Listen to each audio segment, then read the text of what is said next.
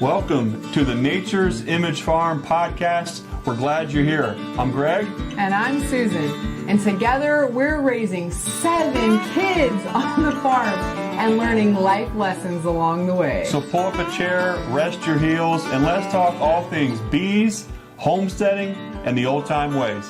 Let's get after it. If you're interested in nukes, packages, queens, or supplies, visit us on the web at naturesimagefarm.com.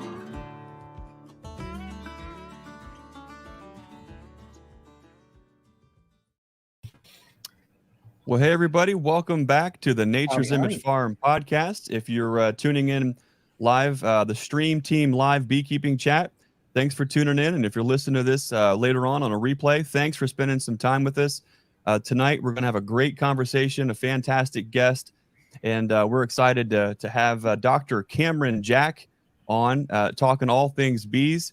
Dr. Cameron, thanks for spending some time with us tonight. How are you? I'm doing well. Thanks for having me. I appreciate the invite. You're welcome. One thing that we like to do with the stream team is it's not about us. It's not necessarily just about our guests. It's about the beekeeping community. It's about how can we find ways to work together to do right by the bees. We say it a lot, but like the honeybee is to the hive, we're better together. So we try to find ways to blend all the things that we're all uniquely good at and find ways where we can just keep being that change that we want to see in this world, keep doing better with our beekeeping, keep our bees alive, but more importantly, be that lighthouse to others in our community and try to share great information, try to share our experiences in the bee yard. And I think it's one of those things that a rising tide raises all ships. So Dr. Cameron Jack, we are just so excited to have you on tonight. But before we get going, if you're new to everything going on tonight, we've got Brian from Castle Hives up in the northeast part of Ohio. We've got the Dothan Shogun, the man himself, Bruce Jenny, down in Dothan, Alabama, with Bruce's Bees. I'm Greg. We're here in Nature's Image Farm in Zanesville, Ohio. Dr. Cameron Jack, tell us a little bit about who you are, what you're up to, and where do you think we're going as beekeepers this coming year with our bees? Sure. Yeah, I'd be happy to. So, yeah, again, my name's Cameron. I'm originally from Southern Nevada. I always the joke is like, does anybody even, when I speak to audiences, like, does anybody even know anybody from Nevada? Like, almost never. Like, nobody knows anybody from Nevada, right? So it's just me and my family that live out there. So I grew up in a small town outside of Las Vegas, Nevada, and my grandpa was a beekeeper. And so it was something kind of I grew up around. I always kind of joke around too, is like, I liked beekeeping before it was cool, right? Like when I was a kid, it was weird. And and it wasn't, it was one of those things where I didn't really get into it. It was until later in life, until college. And my cousin kind of took over my grandpa's apiaries, and so I just wanted to do something. I knew I liked biology, and I just kind of was like, well, what do you do with this? If you're not a doctor, I started down the medical track because I just assumed, like, what do you do if you like science? You go be a doctor. And then I took, I had my first cadaver lab, and I was like, meh, that's not for me. So I'm out. And so I just started taking a bunch of classes. I had one class that was entomology, and that was just like a very broad overview of insects in general. And then I kind of like a light bulb. I was like, oh, you know what? Like, I love bees. This was a really interesting class. Like, maybe I'll look for something. And I ended up doing a master's with Ramesh Zagili. He's a professor there at Oregon State University. So I went to Pacific Northwest and researched honeybee gut pathogen called Nosema serrana. So, you guys probably know that, and some of the listeners do too. But, in reality, I was going to all these bee clubs in Oregon, and I was sharing my research, and then 100 hands would go up at the end of the presentation, and then they would all just ask me about Varroa and Varroa control. So I was like, oh, well, if I'm going to go on for my PhD, I might as well study Varroa and Varroa control, Varroa biology, so I could better answer some of these questions and solve some problems that people are dealing with, right? So I came to the University of Florida in 2015 as a PhD student under Dr. Jamie Ellis. And It was great. That's all the last few years, I've just been almost entirely focused on Varroa control and studying that. And then I had a really unique position. A teaching lecturer position came open while I was still a PhD student, and they were looking for somebody to develop like a beekeeping curriculum and like bee courses. And I was actually on the search committee of that as like a student. They invited me to be on this faculty search committee, and we had our first meeting, and everybody kind of decided we didn't really love all these candidates, and so somebody asked the question, well, if you have a master's, could you still do this position? And somebody's like, yeah, I guess so. And then I was like, wait a second, I've got a master's. Like, I could potentially throw my hat in the ring here. And I did, and I got it, which was great. And so for a while, I just had this really unique position where I was just 100% focused on creating beekeeping curriculum. And I did that for a few years. And then a new position kind of came open in the university where they were able to change my position description. And so now I got to keep the teaching that I already wanted to do. So I kept all those beekeeping classes that I was developing. And then I started being able to do more of my research. So I finished my PhD and I focused in on, I continue to do Varroa control. I do a lot of small hive beetle work. I kind of worked into a groove where I've kind of focused on insect toxicology, like in general. So toxicology is like the study of chemicals and using chemicals to control pests or pesticide impacts on honeybees. And that's kind of where I've landed. And so I've been a faculty member at UF for about 5 years now. And we're loving it, loving this. So that was you asked for a very brief introduction. And that's what I gave you, is like 7 minutes of me blabbing about myself. So give me talking about myself. It tells you what kind of guy I am. Well, that's great, because it does give us a better, at least a better kickoff point on I think where the conversation will go tonight. For folks who are just tuning in for the first time on a Stream Team Beekeeping Chat, I wondered if we could maybe just go around the room here and just kind of introduce ourselves. Brian, Brian and his pet on his shoulder. Oh, I am missing. Usually I get to brag because I've got the world's only Varroa Mike, but Mike's taking the night off. He had a busy weekend down at the Honey in the Hills, West Virginia beekeeping conference. But Brian, introduce who you are to folks who are listening tonight, and how Varroa mites play into what it is that you're doing, the goals that you're trying to accomplish with your beekeeping. Well, so everybody, those new, I am, of the three of us in the Stream Team, I'm more of the hobbyist. I'm located in Northeast Ohio. This 2023 season will be my 7th season, I believe. And I try and stay, and now, Cameron, watch the reaction of the other two here. I try and stay in the hobbyist realm. I'm at 11 colonies now. Had great success with the winter. I had 100% survival rate this winter.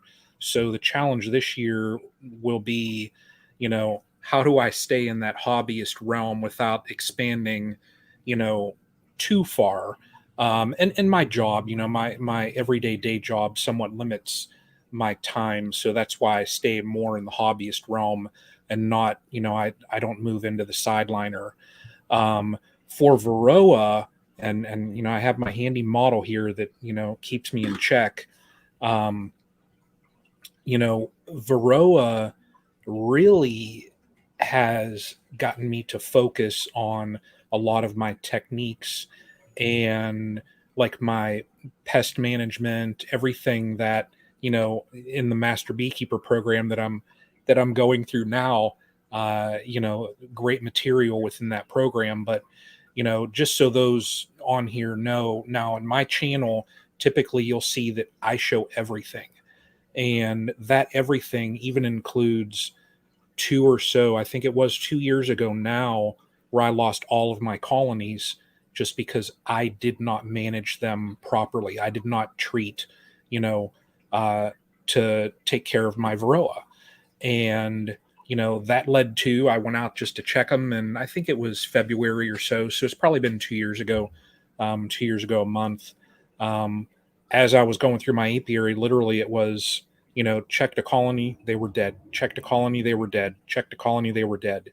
And that, I took that as it was a positive experience, though, because I looked at, well, where did I go wrong? And I knew just by looking and going through and dissecting the colonies, I knew what I did. There was just Varroa everywhere. And I'm just like, ugh, I need to really take a step back, look at what I'm doing, move forward in a different direction. And I've done that and have been a little bit successful now. So, Varroa, I tend to, I want to stay on top of him. If I've learned the hard way, as I think everybody probably here has, if you don't take Varroa seriously, well, they're going to knock you down and they're going to let you know how serious they are. So, that moment 2 years ago, really, I take it as a positive, just because had that not happened, who knows where I would be right now? Would I have the healthy colonies that I have now? Would I have that, that system in place, to manage my colonies as far as Varroa control? So I can't honestly say that I would have that in place. So that's just, I guess, the short, 4 or 5 minute long speech. But yeah, I'm the Northeast Ohio hobbyist beekeeper. So. Well, that's awesome, Brian, because that's going to continue to play into tonight's conversation as we kind of dig deep. It'll give folks some context as to where we're all individually coming from, I think, which will help give a little bit more depth to the conversation. Bruce, for folks who are just learning about Bruce Jenny at Bruce's Bees, can you tell folks who Bruce Jenny is and what you do as far as beekeeping down in Dothan, Alabama? Well, I'm Bruce Jenny, and I have a YouTube channel called Bruce's Bees. And I started beekeeping 10 years ago and started off just as hey, I think it'll be cool to have a couple of beehives on my mom's farm, and immediately was obsessed with it. And now I'm firmly in the sideliner camp and just loving it, working hard. I do have a full-time job. I work in a hospital as a physical therapist. And so pretty much if I'm not at the hospital, or if it's not Sunday and I'm at church doing things like that, or spending a little time with family, I'm either in the bees or messing with my YouTube stuff. And so I'm just obsessed with both of those things. And, but I started off, as really not knowing anything. It's interesting because today, memory came up on Facebook from 9 years ago. That was the first year that I had any swarms that happened. And, I started 10 years ago. So the next year the bees were coming out of winter and they were, I guess, obviously a little bit too strong, and they started swarming on me. And a video popped up that I posted. It was just a Facebook video. I didn't know anything about YouTube at the time, but I was standing in the back of an ATV on a ladder trying to catch a swarm about 10 feet up. And it was the most just stupid, dangerous thing, and shortly after that, I learned how to catch it with a bucket and a pole, so you don't have to climb up on the ladder in the back of the ATV. And so I've learned so much since then. But I just really enjoy the bees. There's something about these bugs in a box that it is divine. It's therapeutic to me. I just love it. And I'm competitive by nature too. So I want to be the best I can be at whatever I do. And I feel like I'm mediocre at most everything I do. I'm pretty good at a lot of things, but I don't feel like I'm great at anything to speak of, but I'm trying to get better. It keeps me at a place to where I feel like there's always room to improve. And, one of the things I've done, kind of going along with the topic tonight, is I've really tried to hone in on the mite control aspect of beekeeping the last couple of years. I initially didn't have a clue. Then I went the treatment-free route, and that didn't work out very well for me at all. And then I started just treating with OAV, specifically the pan type OAV vaporizers. Had no idea, just stuck some in there, probably the dose that was recommended at the time. And I thought I was treating my bees, and I still continue to lose quite a few bees. And then just the last couple of years since I kind of became associated with Cayman Reynolds a little bit more, and his 3-tiered approach of great queens, dead mites, and proper nutrition. And of course, working with these guys right here in the community that we've got in the comments with our I call it the stream team or the hive life movement that we're doing. I've really become intentional, is a word I like to use about my beekeeping, trying to figure out, doing the tests, trying different treatments, seeing the results. And I do have a little over 100 colonies right now. I've been up to about 150 or 160. I still lose some every year, but I'm getting better. And so I'm trying to test before, after, and see the results of the different things, and trying to figure out the best time to use the different treatments. Interestingly, I just posted a video a couple of days ago on, I guess it was Saturday evening, maybe, whatever day it was, about I tried Formic Pro for the first time. And I thought I had tremendous results. Well, I applied it wrong, and I got a lot of comments, and I appreciate the comments in the video. And the next day I did a follow-up video where I had a Tom Nolan from Nod Apiary Products on, and he was able to help walk me through that process, and keeping the paper on the Formic Pro instead of taking it off was what I had done wrong in that first video. It worked great, but I'm glad I didn't kill my bees. And so, but I'm learning, and through that process of posting that second video, I hope I help some folks that may have done the same thing I did. I've had people comment and say, "Oh, I did the same thing," or "I would have done the same thing if I tried that." And so it's just been good. It's really been good to me, and I hope I've been able to help some other folks along the way. But I'm looking forward to this tonight, because I know you're kind of the guru on the oxalic acid front, and know kind of what is effective and what's not.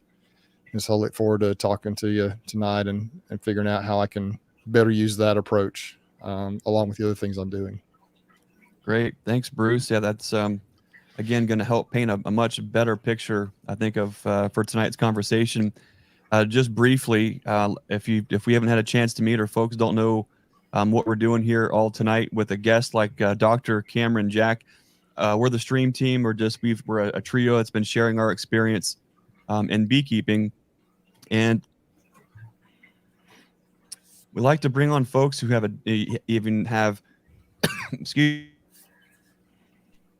like to bring on folks like Dr. Jack to give us a better understanding of the work that they're doing in the beekeeping industry to help us all do better. And it's with these kind of conversations where we can kind of bridge the institute, the scientific, the data-driven side of beekeeping, and marry that with the practical side. Not that, of course, that is what they're doing with the scientific approach. However, a lot of us who are busy in the trenches beekeeping, sometimes we don't take enough time to fully try to understand what all that information is, how it pertains to modern day beekeeping, and how we can actually utilize it in a way to where it can actually push our beekeeping forward. From our own experience, my wife, Susie, and I, we raised 7 kids on the farm where beekeeping is our business. We're not a very large operation, but we sell nukes and queens. This year, we'll probably max out just under 600 colonies or so.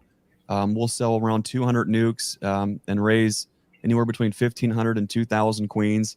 It's a very small scale in the grand scheme of things, but we're able to take our time with it. It's a very hands-on approach with us all. And one of the things that we've discovered, as you grow your beekeeping operations, whether it's Brian, who is a closet sideliner, and he'll be at 50 colonies before he knows it, no matter if he just says 11, he'll be there. Or Bruce, who has a larger sideline operation. He's also growing into that, flirting with that commercial type scale. Or us, where it's selling nukes or queens and supplies here from the farm. One thing you become intimately aware of is bees are the greatest humbler I think I've ever known. And you will find learning opportunities whether you're ready for them or not. And a lot of these lessons are hard lessons learned. I know just over my shoulder here, we just got back from the West Virginia conference where we shared in 2 of our talks a lot of the hard lessons learned and how we grew to this scale from just a few colonies not that long ago. But it was because of getting serious, really taking a detailed approach on our pest management. It wasn't until then before our needle really started to push forward in a big way. So that's when we started taking Varroa mites seriously and really doing things to monitor the health of our bees and then make good choices to get the mites down. Then everything kind of changed and our business grew, and it's a big deal. So Cameron, if you would, can you lead the way with this conversation on where you think some of the lost opportunities are with folks as they try to get their head around what mites really mean to them, and what they can do from the most simplest measures to really start to see the health of their bees really, really increase and move their operation, whether it's just backyard, 1 or 2 colonies, or sideline going into commercial with hundreds or thousands. What are some things that folks could keep in mind to start to open their mind up to, hey, we really got to take this mite thing seriously? Sure. Well, yeah, great question. And with all your introductions and learning kind of more about you, I mean, each one of you kind of touched on how you kind of learned how important it was to actually take an active role in, measuring your mites and or managing them, right? Like, and doing something about it. And that's huge. In fact, I've seen this for years now as I've kind of paid attention and really focused in on Varroa control, and I work with a lot of commercial beekeepers in Florida and with just going out and sampling a lot of people's hives and as I go out and sample these colonies, I see the ones who kind of know their mite population. So that would be like point number one that I would say is like, you got to actually know where your colonies are at, right? Like know what those mite populations are. And it's something,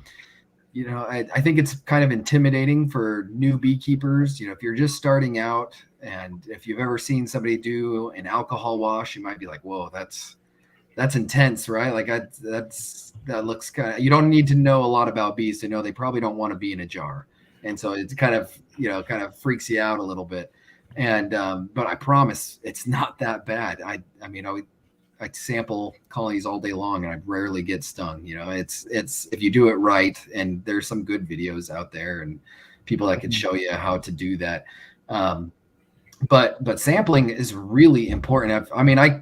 Like I said, I work with a lot of commercial beekeepers. There are beekeepers that I know that really, they know what their mite populations are. I can see them at any time, like, hey, where are your mites at? And they're like, 1.5, 2 mites per 100 bees. Like if they can tell me where they're at that moment, then I know they're keeping an eye on it. I know that they've got it under control. Kind of like what I think you said. I think Brian, maybe it was you that said, it's about kind of managing mites before they become a problem. Mm-hmm. Right? And that's so critical. If the other, like, point number 2 that I could kind of give to everybody is if you are following point number 1 and you're monitoring like regularly, you actually know what your mites, where your mite loads are at. And then 2, then you can catch it before it becomes a problem, because there becomes a point that the whole, it's really not the mites that are a problem, it's the viruses. But when you have high mite loads in your colony, then you have high virus loads, and that's when your colony comes crashing down. But you might not see that if you're not looking for the mites, and then all of a sudden your bees are really weak and they're just not going to produce and they're just going to fall apart.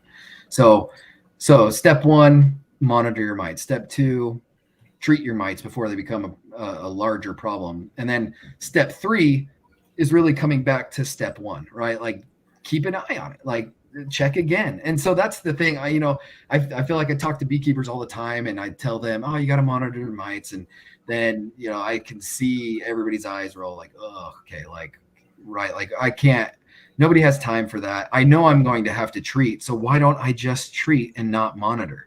But then my biggest counter argument is that you don't actually know if what you're using to treat is actually controlling your mites unless you're keeping an eye on them, right? So like, that's the thing, is like before and after, you've got to do those mite checks before and after treatment. So if you actually were successful in reducing the mites.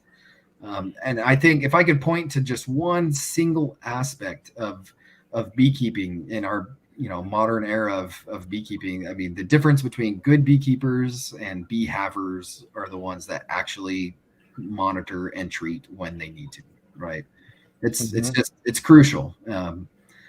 And there's lots of we can get into or different treatments if you want, because there's some non-chemical, there's chemical, you know, there's lots of things we could chase, but just boiling it down simply, like those are my steps that I would say are probably the most important right now for you as beekeeping, especially if you're getting new. Start the right way. If you're a new beekeeper, start the right way and learn how to monitor and just do it. Make it a part of your beekeeping practices. Well, that's a big deal, and I think a lot of folks it takes them a little bit of time. I don't. There might be some beekeeper out there who were just on point in year one and said, you know what, I'm going to treat this beehive or this colony of bees like a unit and like an asset, and I'm going to protect my asset, and I want to grow this asset, and I want to see a return on this investment. There might be some folks who go about doing it like that, and if so, then it makes sense to monitor the health of this investment and making sure that we're doing all the things that we can do to watch it grow, rather than take a risk on an investment just to see it absolutely dissolve into nothing. I think it takes folks a little while to get, and some folks maybe they never get there because they're looking at these bees a little bit differently. But you brought something up, and I can't help but ask the question because I don't know that there's any answers to it, and you might not have an answer to it, and that's okay. And I think getting to the bottom of this without knowing an answer is part of getting to the bottom of it. But just this past weekend, Dr. Robin Underwood spoke at the West Virginia conference, and I got to spend a little bit of time with her on the podcast as well. And I posed the question to her, and I don't know that there's a lot of good answers. So Cameron, hopefully you've got an answer, or you can say, hey, I don't know, we're working on it. But I've got a couple questions. One is you know, you've mentioned about creating that baseline first. Okay, doing a mite wash, a sample ahead of time to say, hey, what is the health of this colony, right? And then we find whatever the threshold is, and then we make a good decision on the time of year, what the goals are for the colony, and choose an appropriate product to help knock down the mites in the colony. But it gets into a very tricky word called threshold. That's why I knew I was waiting for the threshold. I knew that was the question. And my question isn't so much as what's the best threshold? Is it a 0.5? Is it a 1? Is it a 2? How far gone are we if we wait until 4? The question, and I a quick background on why I'm asking this question, because I think the why is as important as to the how or the when. We were flirting around with using Dawn Ultra dish soap. It's been years ago now. And in doing so, we had a viewer ask us to take a video on doing an alcohol wash. And at the same time, I thought, if I'm going to take a video to show folks in our audience how we do that, let's just throw in this Dawn dish soap and see what happens. Well, the results were shocking, and it scared the socks out of me just right on this video. And I'm thinking, what in the world is going on? Because at the same time that we're getting like a 2.5 or a 2.7% late fall using 91% rubbing alcohol, when we're using the Dawn, it's 2 and 3 times the amount of mites in the same sample. And where that's a problem, and I don't know that I'm not really sure how to ask this question, but it seems as though if we are setting a threshold, and maybe the question is, are these thresholds actually based on the mite to bee ratio in a colony? And if so, if we're finding a 2% using alcohol, and we're finding 4, 5, and 6% from the same sample of bees using Dawn Ultra, if the threshold indeed is if the goal of the threshold is to find the mite to bee ratio, is it likely that we're waiting way too long to even begin treating our bees, even at a 2%, if 2% is based on rubbing alcohol? Yeah, that's interesting. So Greg, that's an interesting point that I don't know that anybody's ever explained it to me like that before, because I've done dish soap and I've done alcohol washes just as like a simple comparison. I kind of got similar numbers. I mean, I didn't really get the different. I guess maybe there's difference in technique, and people are doing it, so maybe we can't compare directly like that. But in my mind, like, you know, the whole idea of like the sampling, whether you're doing dish soap, whether you're doing alcohol washes, I mean, it's still a destructive sample, right? You're killing the bees and the mites, and as long as you're shaking, like you got to actually give it some shake, but then you can, I mean, you're just separating the bees and mites.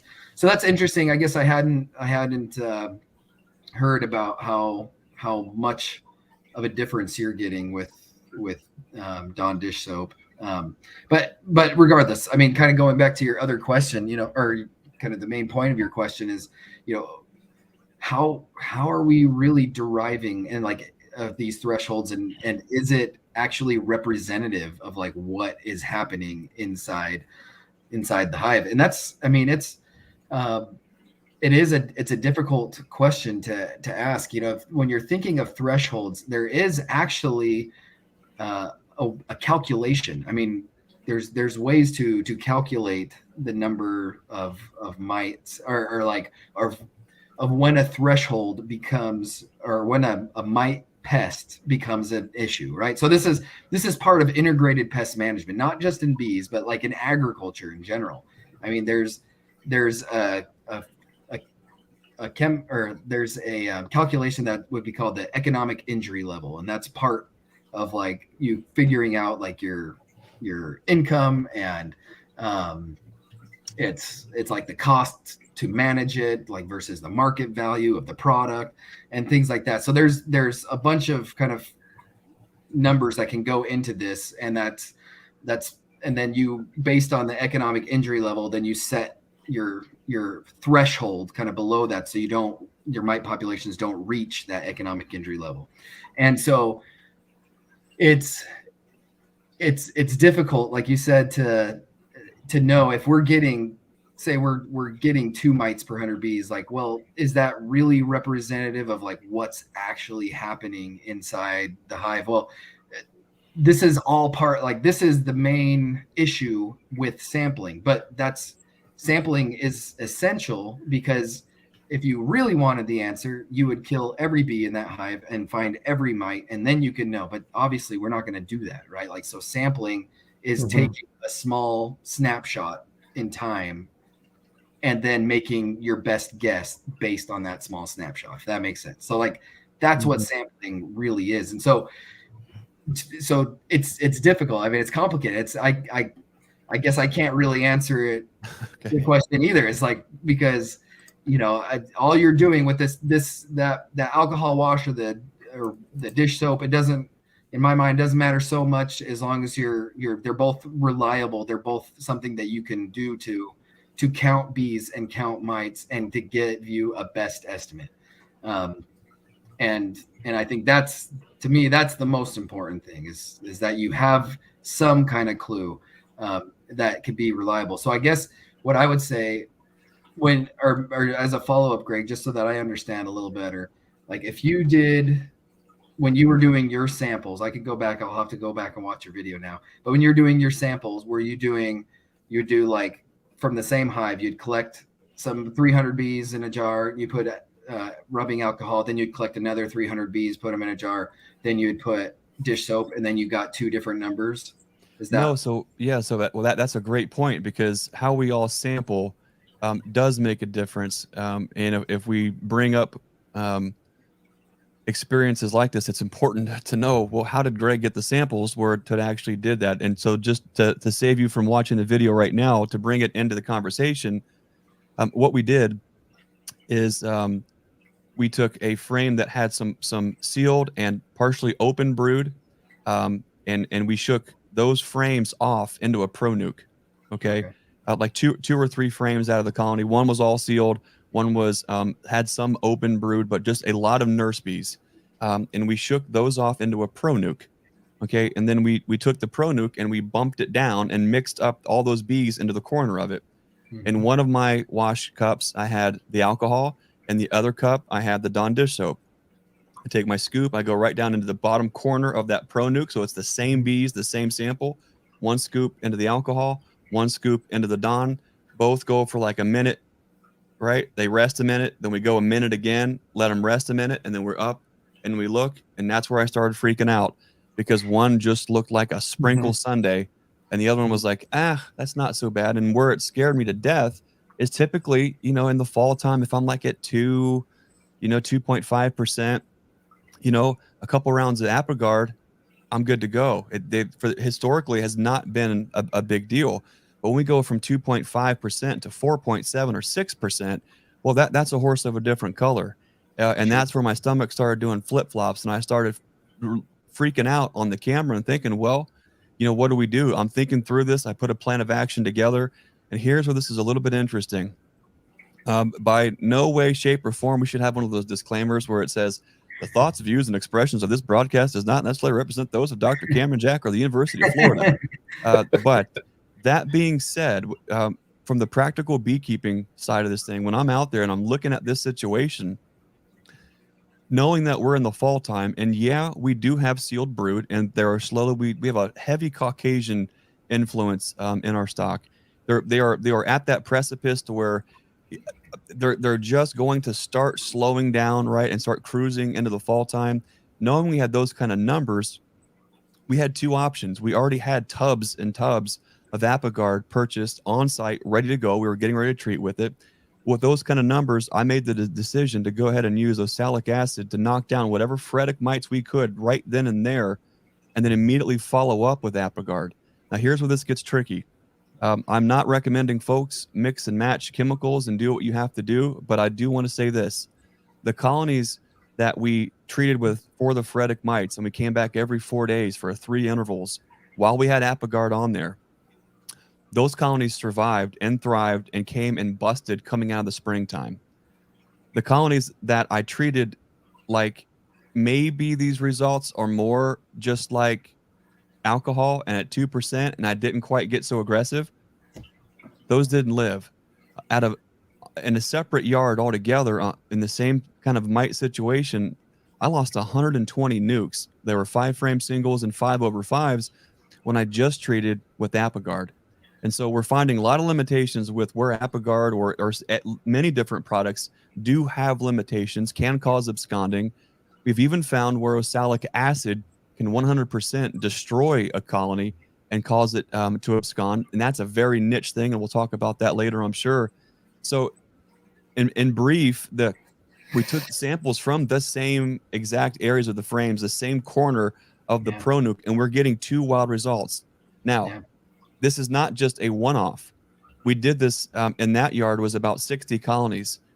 Last year, we kept doing that same comparison, and we kept finding it over and over and over again, that no matter what we do, when we're comparing alcohol versus Dawn, the Dawn is showing more mites. And to me, I'm trying to think, what does that mean? What are thresholds? And automatically my mind goes to, well, is the threshold to begin treating for mites? Like a lot of folks are using 2%. Let's just say that if there was a industry standard of 2%, which I'm not saying there is, but if folks start at 2%, where does this number even come from as far as this threshold goes? My mind went to, well, it's got to be the mite to bee ratio. And as the bees grow exponentially, anything past this 2% curve starts to get out of hand, and we had that negative repercussion and financial loss in the colony. But if it truly is a mite versus bee threshold, how do we explain Dawn? And if Dawn is getting twice as many mites in it, that's a big problem. Yeah, that's interesting. I mean, you're giving me a lot to work on now. This is the beautiful thing of science, is like when we start talking, I mean, then new ideas are coming. So seems like something that we just got to do a large scale head-to-head test and see what we can get, because that's interesting. So and honestly, Greg, like I think I think again, it's great like that. Like when you're monitoring and you have an idea of like what's going on. I mean, it might be freaky to look and see, like I did 2 different sampling techniques and I got 2 separate results, but at the same time, both are telling you, I got some mites in my colony. I got to do something about it. So, so like, I mean, that's kind of where it goes. And when you were talking about your treatment, we just finished a pretty big study. There was a team of researchers here at UF, so it just certainly wasn't just me. There was a lot of people involved, but we did basically a seasonal efficacy trial. Like, so we were trying different products out at different times of the year. And we saw that just because something like maybe just because Apivar worked really good for you in the spring, it's not necessarily going to work well for you in the fall. Just because Apiguard worked really well for you in the fall doesn't necessarily mean it's going to work well for you in the summer or spring or, you know, winter. You know, we tested 8 different treatments, and it was just incredible to see. We haven't been able to publish that work yet. It's coming. We hope that it'll come out this summer. Then we'll be able to spread it around and make sure as many people that want to see it. But yeah, I mean, that's why it's just important that you're keeping an eye on what's going on, because just because something worked for you one time does not mean it's going to work for you the next time. And you had mentioned like the combination of treatments, you know, that I think is going to become more and more of a factor. If I, you know, was looking at my crystal ball and making some kind of predictions, I think it's part of my job is I'm looking for new chemical active ingredients for new products in the future, but that's going to take time. And it's even if I find something that's a hit, now I've got to convince a chemical company to pick it up and turn it into a product, right? And that's millions of dollars worth of investment for them, and they might not be willing to do it. So there's some risk kind of involved in there. So I think what I'm saying is that I think better utilization of the products that currently exist are going to become more and more important as we, you know, as time goes on and as we are figuring out how to better deal with Varroa. So what you said is like knocking down the phoretic mites with OA. Great. Now you're quickly cleaning it up with another treatment. I think that's going to become more of a strategy that people are going to have to start adopting soon. And there's a lot of work to figure that out. Because basically everything we use as a chemical treatment that's toxic to the mite is also toxic to the bee at certain levels. So it's about finding that balance. You don't want to be throwing in something over and over or at too high of a dose. So like you said, with Apiguard, you can drive them out straight out of the hive, or you could burn up your brood. It could be pretty rough. So it's a balance game too. So a lot to unpack and figure out. So I got a quick question. Something that I think is so confusing to people is, for example, there was a question earlier on here about if you have a reasonable mite load, like in the early spring, like right now, you know, should you go ahead and treat to knock them down before summer so they don't spike in the summertime? It's confusing to know when to test, when to treat, when to do this. So as you go through your colonies, as you do your tests, do you just kind of in anticipation of a spike in the summer, should you just go ahead and put something on them now? What would you recommend? And how often should you treat? How often should you check to treat? Just kind of what should be a timeline? I know it varies in different parts of the world, but if you could give, you know, kind of a blanket answer, the best you could for everyone from, you know, beginning hobby beekeepers on up to the larger beekeepers, what would be kind of a good rule of thumb for how to determine when to test, when to treat, and how to figure out kind of a schedule, I guess you would say? Yeah, great question, Bruce, and whoever asked that question online, great job. So I would say if I was kind of speaking in general, you know, I'm in Florida, so you know, Brian and Greg, you're up in Ohio. Your bees your situation is very different than like Bruce and I, like down in the South, right? So for us, like I've already made splits. I mean, we've already had some swarms that we didn't, you know, properly control, you know, things like that, that we're dealing with a different kind of situation. So it's going to be different, what I would recommend, I guess, for everybody. But so you're going to have to kind of tailor this response to your own situation. But I think it's really important to keep an eye on the mite populations. I would say even monthly, like during the production season, like during the time where your bees are booming. For us in Florida, that's been since February, and it doesn't really end until like July. Like in our bees, we had a colony that swarmed in December this year, which was really frustrating to me. This is one of the hard parts of being in Florida. There's good and bad. But that's one of the bad. It's like my bees just want to swarm all the time. And so we're constantly keeping an eye on the mites at that point. And so to your to that question, when are you going to actually apply some kind of a treatment? If is it at 2 mites, or is it 2 mites per 100 bees, or is it before then? You might as well treat now. So I'd say a lot of that's going to depend on what you want to use too, right? If you are planning on doing some kind of like non-chemical treatment, which I think there are some options, right? Like drone comb removal, like so drone trapping, right? Where you might have you're basically creating a lot of drones. Maybe use a drone comb foundation, or maybe you just kind of have a medium frame and a deep super, and they kind of draw out, and then you're letting those drones kind of get capped, and you're taking them out of the hive. That can actually be really effective if the planets align, and your colony actually wants to make a lot of drones. So I mean, there's some things that would have to happen to make that really work well. But my point is some treatments you would have to apply them at a really low threshold, maybe like 1 mites per 100 bee, because that is not, it's at best it's going to give you like 50% reduction in your mites, where so you want to keep doing those kind of small treatments kind of at low thresholds to prevent them from reaching the high threshold. And then where other times, in a pinch, you're like, well, my mite populations are high, I got to drop them quick, I'm going to use this chemical.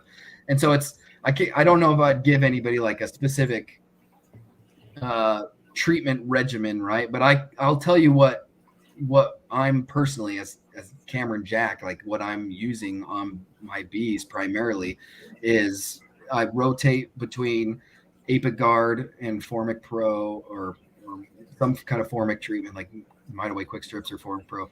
And I'm kind of doing that in the spring, kind of spring treatments.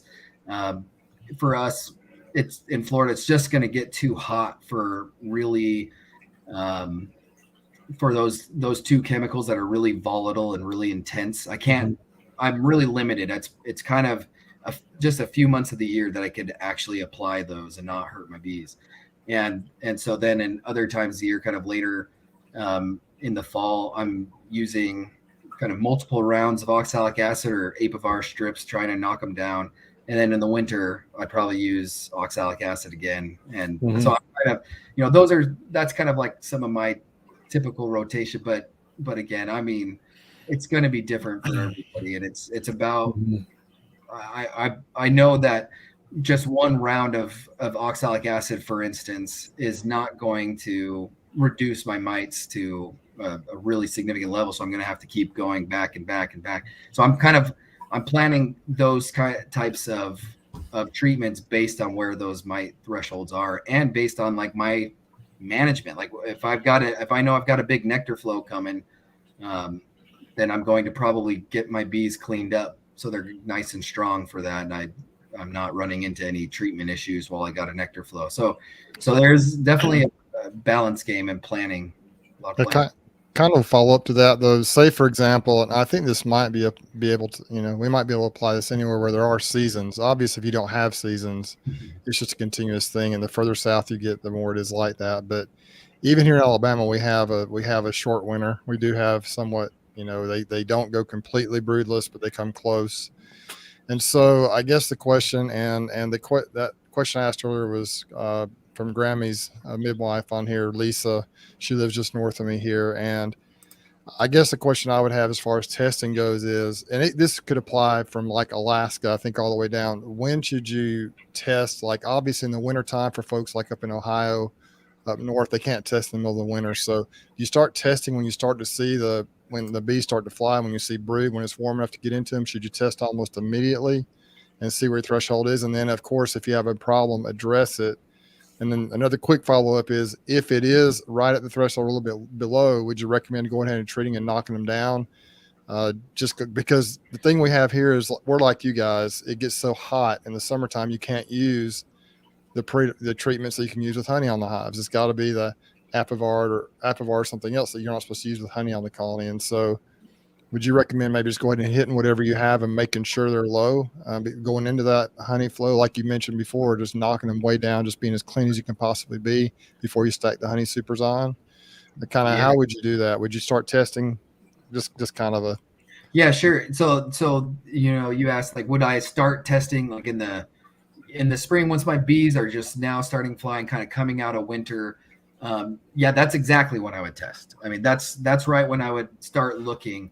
And then, as like I said, I mentioned I would probably keep an eye on them as much as like monthly during the main Okay. production season.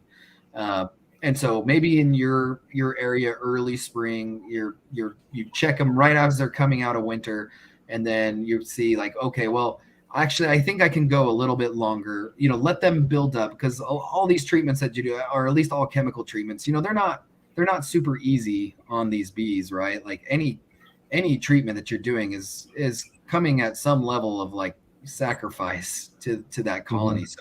So you might decide, okay, well, the mite populations are a little bit lower, like maybe they're at 1 mite per 100 bee or less. Then I probably give them a little bit of time to allow them to build up a bit in the spring. But then you got to be checking. So then next month I look, oh, I'm already at 2 mites per 100 bees. Now I got to get on them. So I mean, I guess I sound like a broken record. I'm just saying. It's perfect. You did perfect with that. Sure. What led me to have my great failure, and it was that humbling moment. Prior to when I used oxalic acid the first time, I would always use like Apivar, and then when the weather was cooperating, I would use Formic. And I decided to move into the direction of oxalic acid, and it was just the talk of everybody, OAV.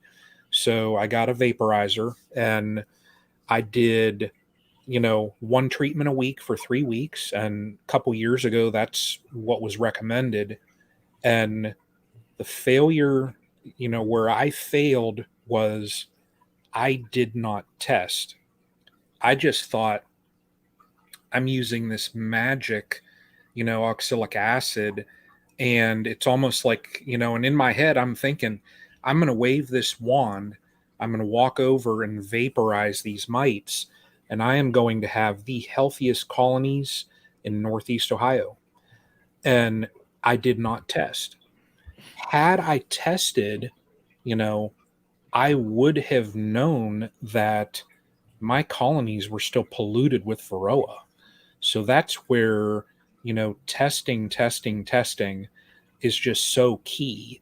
And also, just to go along, and I've seen in the chat, a couple folks have asked about using different treatments. And one of, that's what led me as far as like with my IPM is certain times of the year I have in my head, that's when I'm going to use certain products. Just like I'm an Apivar fan, so I can get that on here early before things start really going nuts. I can give them their 40 some day treatment and pull that off.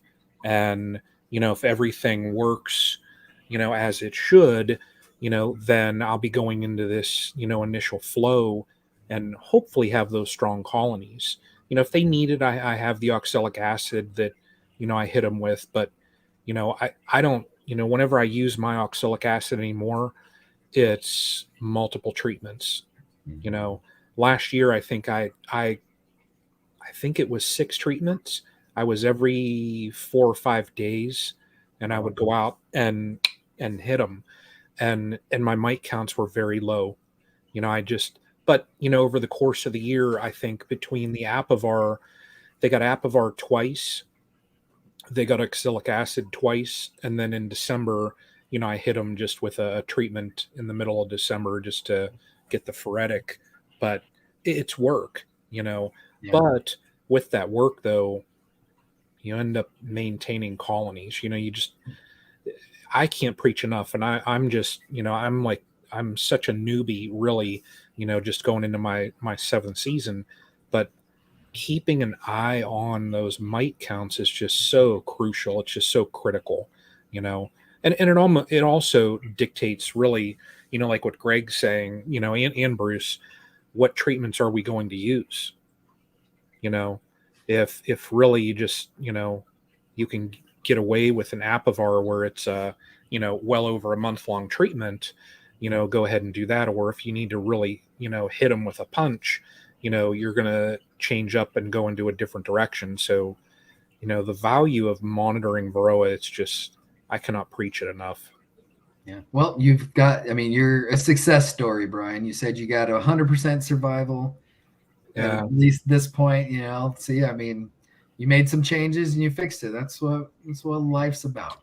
Yeah. And it is, you know, we take those moments and you have to look at it, step back, analyze the whole situation, you know, well, where did I fail?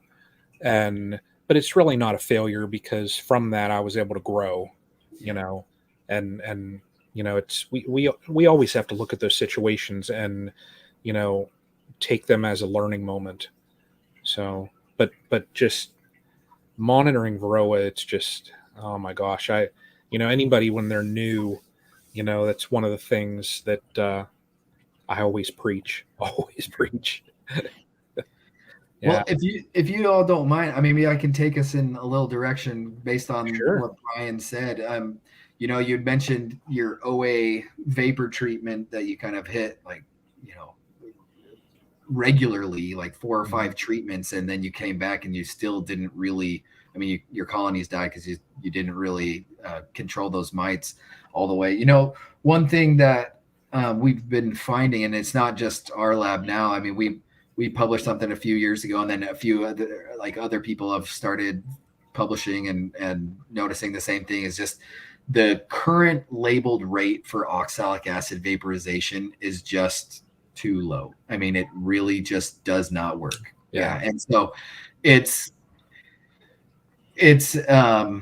something that I'll say that there's a group of researchers and beekeepers kind of out there that are pushing and advocating hard for that label to be changed to make it more effective. Because I mean, to me, actually, the label is the law. That's important because the label represents research. And in this case, I think the label was just mislabeled and doesn't represent accurately the reality that 1 gram of oxalic acid per brood chamber is just not enough. But so I do think, I guess I'm happy saying that there are people working on, including myself, with a group of other researchers that are now working with the registration, the registrant, the ones who own the registration for apabioxol, you know, along with the EPA to change that. And I think that change is coming soon. I'm hopeful as early as this year. But I've learned that things with the federal government don't move incredibly quickly. But it seems like that is potentially, you know, a good, I think, a little win, something that seems like it will change in the future and to make it more effective for beekeepers. That's a good point, because I'll choose my words, I guess is a better way to put this, is if we as beekeepers, or no matter what livestock we're husbands to, if we wait around for the label to tell us how to use the product, and I don't mean any disrespect by this, a lot of times it's too late. Our colonies are dead. We can't absorb that financial loss. One thing that absolutely fires me up to no end is when we want to talk about sustainable this and sustainable that, sustainable farming, sustainable agriculture, sustainable beekeeping. We want to talk about the physical sustainable part about that, but everyone gets squirmish and freaks out when we talk about the financial sustainability of operating a business and finding the lines here. We have to read between the lines an awful lot of times, and if we wait around for the label to tell us it's okay and we have the government's blessing to do that, well, I don't mean anything by it, but it's too late. If we would have sat around and waited for oxalic acid to be legal at the low dose of 1 grams, no one, how many thousands and thousands and thousands of colonies likely would have already perished from that. That it's so frustrating to try to be a practical beekeeper and wait around for best practice and guidance, and it feels like it's a day late and a dollar short. Cameron, what can we do from the practical beekeeper side to both respect um, everything that you guys are doing on your end to get the research done, to put it out in front so we can have at least a point of reference or a guideline? Maybe it makes it eventually to a label law, but maybe I'd like to talk about what can we do from the practical side of beekeeping and the scientific side at the same time to where we're getting the best and highest result for our bees every single year. Yeah, good question. So, I think one thing that kind of unifies beekeepers really around the world, I mean, I just the type of personality that our beekeepers is, we kind of are all tinkerers, right? Like, and we like to problem solve and figure things out, so I mean, nothing that I do is rocket science, right? Like, I mean, my whole treatment, like my research is like applying things, measuring how it's affecting colonies, taking good notes and like monitoring, right? Like, so I can make those comparisons. This is all stuff that beekeepers can do. I get a lot of emails, I'll say, from beekeepers around the world that have basically solved it, right? Like, they figured it out. Like, all we got to do is this, right? Like, it's super easy. I don't know why you didn't try this. And it's like, that's great, but you got to show me some data. One of my favorite sayings is, "In God we trust, all others need to bring data." Right? So like, I think one way that we can kind of like unify together to make a stronger argument as to the efficacy of treatments, and basically just share each other's information, is to collect data and be open and share it. Like, I think,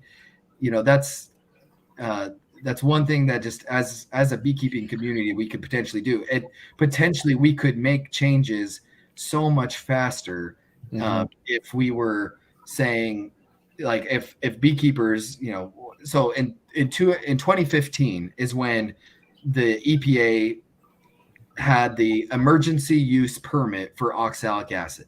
Well, it wasn't, in 2015, there's probably a bunch of beekeepers that immediately tried oxalic acid vaporization at the legal rate, and they're like, "Hey, that didn't work. I'm not doing that again." And then they just didn't do anything, or like they didn't do it again. And then, but that information wasn't really out there, wasn't really known. And then eventually, like, it caught up, and everybody's talking about, "Oh yeah, this doesn't really work at this label rate." But if people had data to say, "Look at this, it doesn't work," then all of a sudden there's a story. There's not just people ranting about, ranting about their problems. They're like, "Look, this does not work. I have specific measurements to show it." And then, that's something immediately before even a university. I mean, I work as a researcher at a university, and I am totally aware and can admit that sometimes the process can be slow, because any research that I'm going to do relies on time and money. Like, I have to have money. I have to have people to help me do this research. And then by the time that I've done that, and now I've putting it together to publish, it's been 2 years. And like you said, if this is your livelihood, you don't have that time, like, right. And so I think one way we could speed up the process is to actually collect good data together that we can better utilize and inform the research quickly. And then, hopefully, like, if enough beekeepers are screaming at the EPA, like, "This does not work. Look at this. We've got all this data that shows it doesn't work," then, that can really speed up a process rather than waiting for everybody else to kind of get on board. So I don't know if I answered your question, Greg. I guess that's maybe me kind of getting on my ranting. Well, I don't know that there's necessarily an answer, and I think that's why folks like me, and I'm sure at times yourself and Bruce and Brian, get absolutely frustrated with where we are with things, because if we are trying to do the best we can for our bees and keep them happy, healthy, and alive for not only the physical sustainability of the life form that we're taking responsibility for, but if it's for a business and we have to be financially sustainable and we have an investment that we have to maintain, if we feel like our hands are tied and we can't do steps A, B, and C, or treatment or method A, B, and C, because there isn't a label or enough data to show it, but yet people on the fringe are using it and are finding success, there's a fine line there between what we do, how we go about it, based on what is working, what we think is working, and what the data is telling us is working for somebody in some study in some place with some. It gets very tricky. So I think a lot of us beekeepers on the practical end, it- we don't forsake or shun the science at all. We want that information more than anybody, because we want to be able to make good solid choices for our bees. We want to use products that we're not going to waste money or time or hurt our bees or cause any kind of synergistic problems with. We just need things that work. And unfortunately with Varroa mites, it seems like, it's a goalpost that is constantly moving and moving and moving and moving. Oxalic acid, not approved, no label. Okay, great. Now it's 1 gram. Okay, it's not working. And you find everyone's using anywhere from 2 to 5 grams, and now we're getting results. But hey, newsflash, there's the label doesn't say to do that, so you're operating outside of the league. I mean, come on, it gets to be, it's such a, it's so frustrating, and I don't want to keep going down that rabbit hole, because I told my wife I wouldn't get fired up tonight, but it's just one of those things. It's just one of the, how do we, moving forward from this, Bruce, Brian, Cameron, what can we do to help speed up this process? What can we do to continue to work on these things together, without that? I mean, let's face it, there's enough us and them divide on every other aspect out there in agriculture, and especially with beekeeping. What are some things you guys think, any ideas on what we can do to kind of bridge some of these gaps so we can work a little more closely together, just to get good, solid methods and information out there and trade back and forth? You guys have any ideas?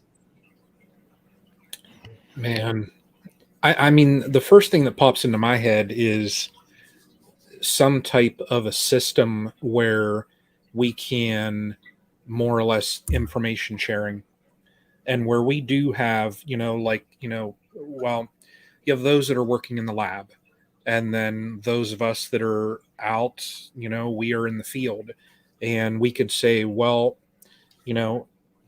here's what my wash was, here's the treatment that I used with this amount of oxalic acid, whether it's 2 or 3 or 4 or whatever, and afterwards this is what I found. And if there was a type of reporting system, and even where you can report anonymously, just because, me personally, I don't know whether I would want to throw my name into a report and say, hey, I used 4 grams, per brood box, and I had wonderful results, where it's a system that, while you're going to look and say, well, Brian up there in Ohio isn't really following the law, so let's pay him a visit, but part of, just for part of research, maybe some type of a program where beekeepers all across America could share that information and just upload, and even if it would require photos, well, that's easy, lay out on a paper towel or whatever it is, here's my sample, here's the Varroa, here's the treatment that I used, and that way we have, shared from all across the United States all of these field results. Maybe that's a system that we could look into. Some citizen science, at least best practices to help put that information out there. Bruce, what about you? Do you have any thoughts on that? I think this is one of the big dilemmas that is not just beekeeping. I think it probably covers all kinds of different things and any type of farming, where you have people that figure out kind of what works, and it's worked for them, and it may work for them, has been for a long time, and they're on the quote unquote cutting edge of technology. They figured things out. They know how to keep their bees alive. but they're hesitant to share those successful practices because, you know, they might be living a little bit on the edge type of a thing. And so it's just, it's one of those things. It is very difficult, but I think those are kind of some of the barriers that are trying to be broken down right now by the kind of the new wave that's coming through beekeeping with the hive life type attitude, you know. And I guess you guys over in West Virginia had kind of a similar type conference this weekend where people are just sharing ideas and trying to figure out what works. As far as the legality of things, I mean, it's like you say, it is very frustrating. I just try things, and if they work, fine. If they don't, then I don't try them. And I don't. I mean, if I feel like it's going to hurt my bees, I'm not going to do it. And that's just the bottom line. And so, but we got to be careful. It's the thing, you got to be careful. I know, Dr. Jack, you've got to be super careful in your position with what you're doing, because you have to pretty much go by the label. You can test things and do studies, but you cannot recommend, I understand, doing something that's off label, but you kind of know what works, and you're learning that. And that's kind of why you're so important, you and the other universities that are doing this type of studies, as well as those other people who may not be a university who are approved to do some scientific studies. I know Cayman has a test yard that he's doing. I know that, you know, we've got people like Randy Oliver and different people that are doing testing and studies and research outside of universities. And so there's a lot of people trying to figure it out. But the difficult thing, once again, is how do you get it to be legal? How do you get it to where you don't have to feel guilty when you do it, type of a thing? As far as oxalic acid goes, I thought those little blue cups, or those little blue cups that we used I thought they were 1 or 2 grams, but they're 5 grams. And so I was hitting my bees with, I mean, for like 2 years, I'm hitting them with like 5 or even 7 grams per, you know, basically per box. You know, if it was 2 boxes, I'd stack that thing up as deep as I could. 1 box, I just did it level. So it's working, but it's because I'm using more of a dose than the recommended label, though I thought I was using the label dose. And then Greg sends me this picture back just a few months ago on a scale that it's 5 grams in that little thing. And I'm like, oh my gosh, it's amazing. I was confused, doing it wrong, thought I was doing it right. Bruce the overdoser, how dare you? I know, man. It's just, and the bees just seem to thrive when you do it that way. So it's a dilemma for everybody, I think. And, you know, I know that a lot of commercial guys just do what works. And that's just how it is. They just do what works. And I think we need to be careful about judging other people. There's a lot of that thrown around.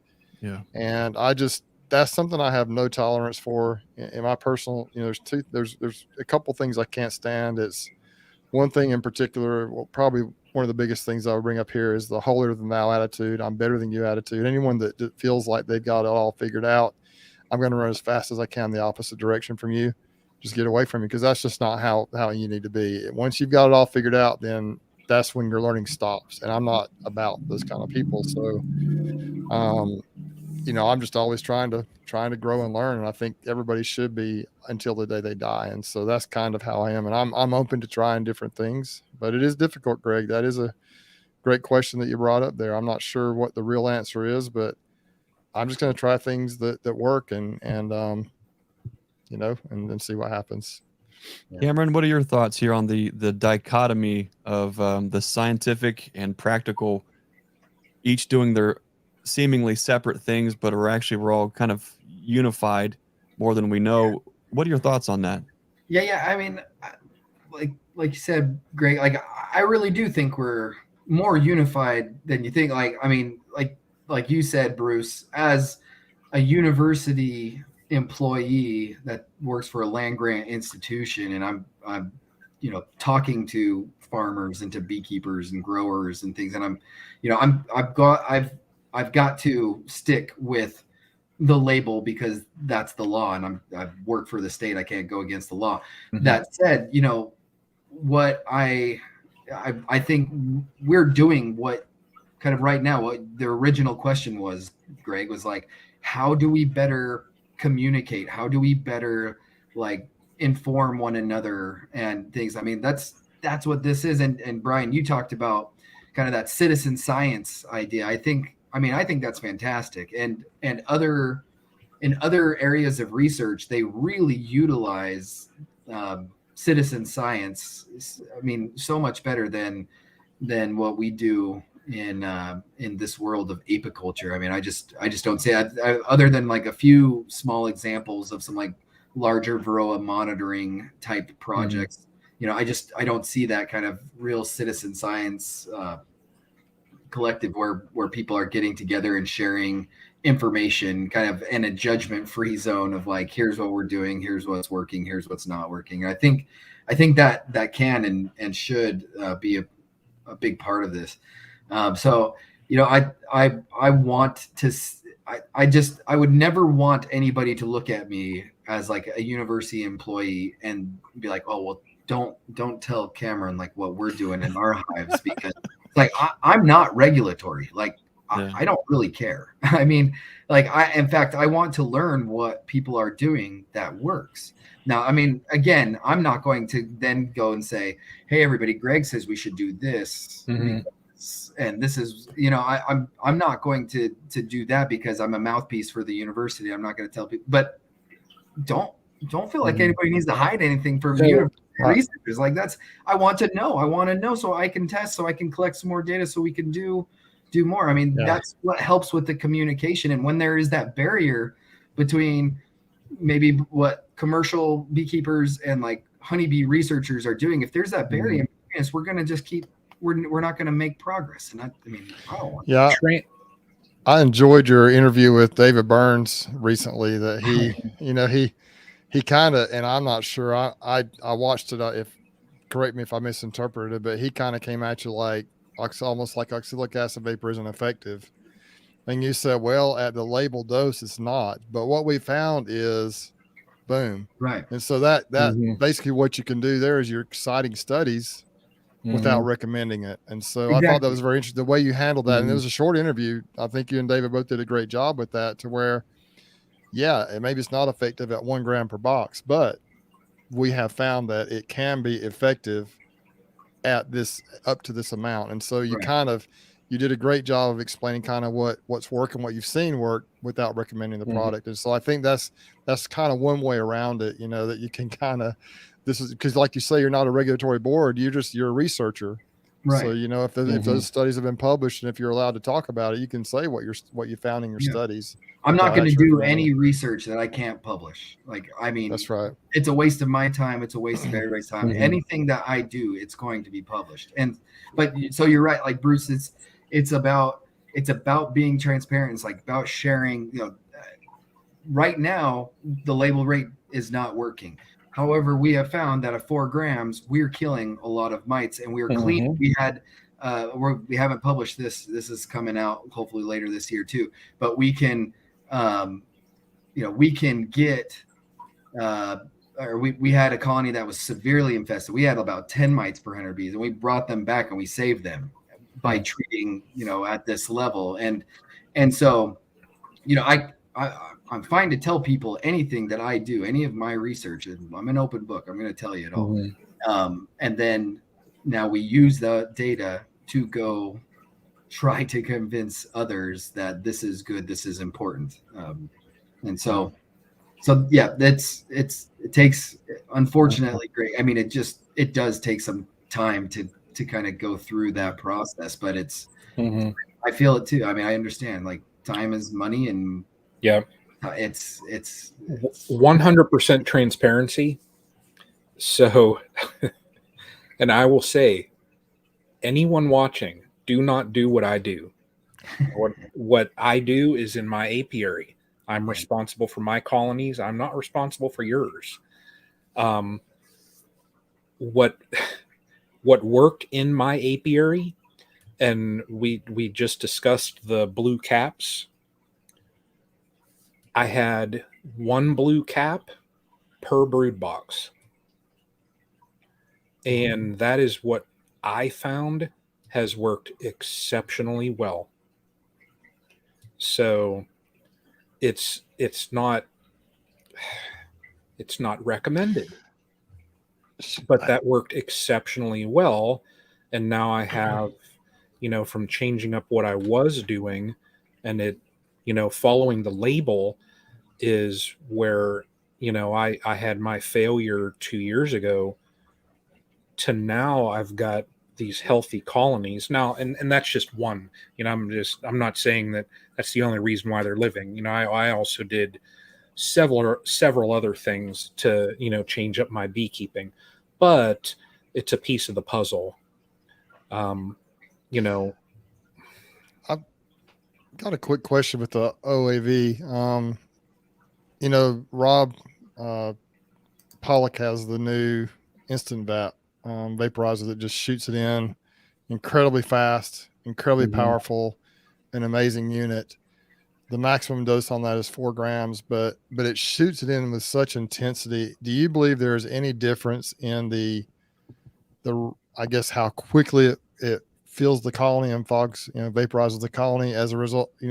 Compare that to the wand type, the little pan type, where it slowly, vaporizes the colony, as opposed to one that just shoots it in and just fogs it almost instantly. Do you think there's a difference? For example, like if you've got one where you're maybe, and we're going into these numbers here, like say 4 grams per box, 4 or 5 grams per box with a standard type vaporizer, or if you use his that's more powerful, shoots it in faster, do you think that makes a difference? Maybe 2 or 3 grams would do the job, or do you think it's the amount of the vapor as opposed to the speed with which it is entered into the hive?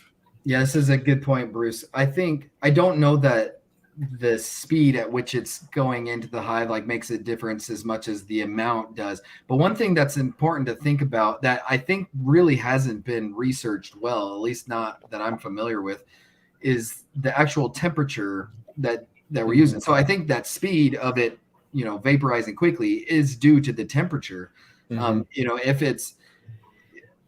If you are like those old wand ones, the ones that you were talking about, those pan ones, you do kind of see it bubble if you pull it out too early or something. It's bubbling and boiling, and it's really slow, and that's why it's a pain in the neck, and nobody wants to use those. You'd rather use something that's like, bam, just gonna get them quick. But what we don't know, oxalic acid does combust, right? Like it does.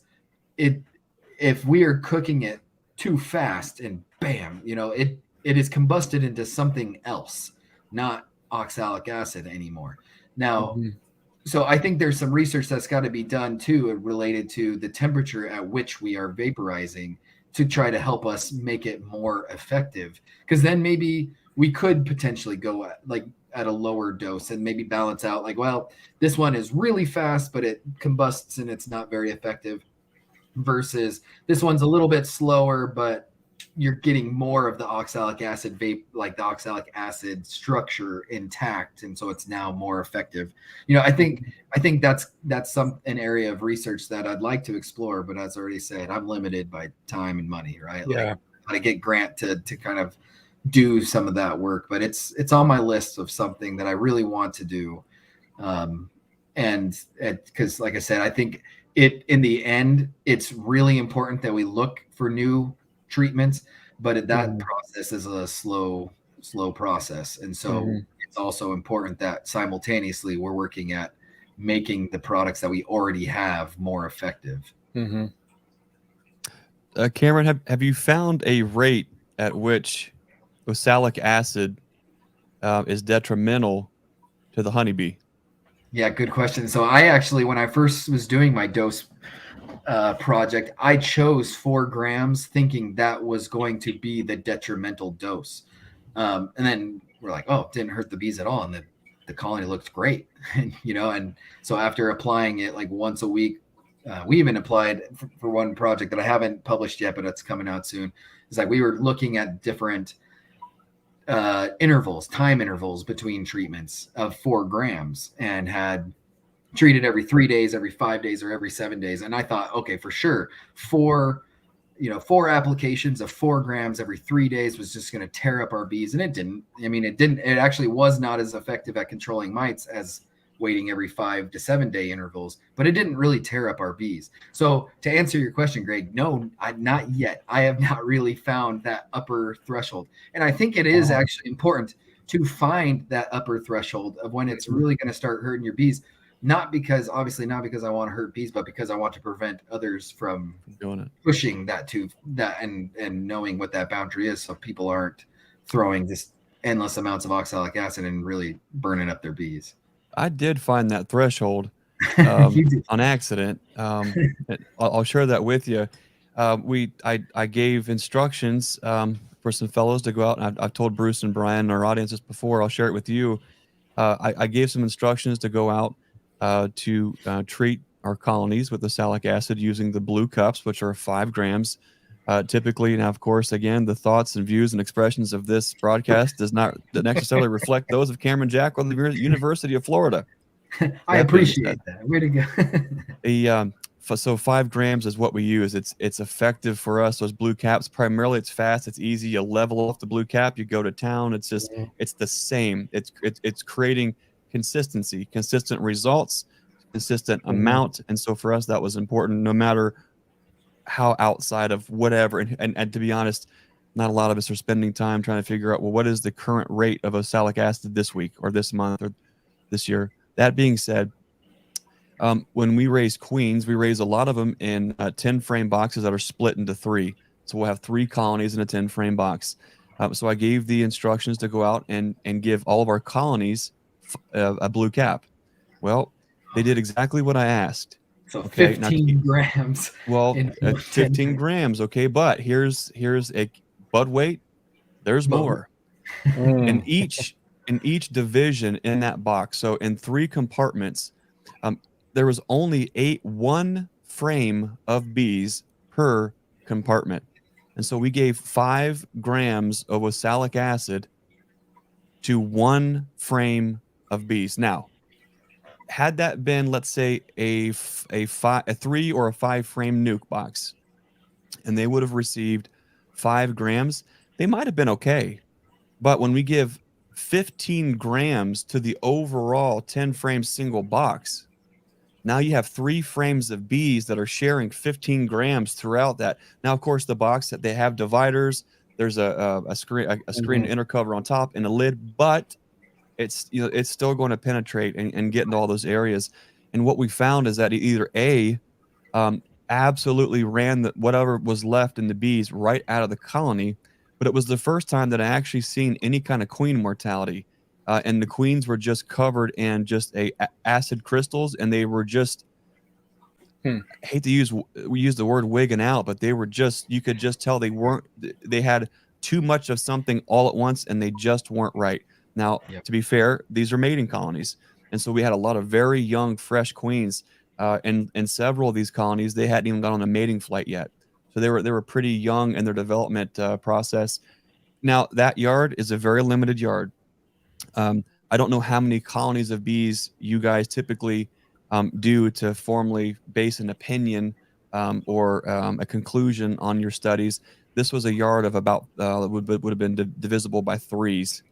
So this one I think was either 36 or 45 individual compartments, and every single one of them was bad news. Now, get out into a 5 frame box where there's 2 or 3 frames of bees, there was zero, never have had a single problem. So I feel like for me, knowing when you push the boundary and say, okay, what is too much? 5 grams for 1 frame of bees, it's very likely too much. Hey, you got an answer there, man. That's a learning experience, and now we're all benefiting from that, right?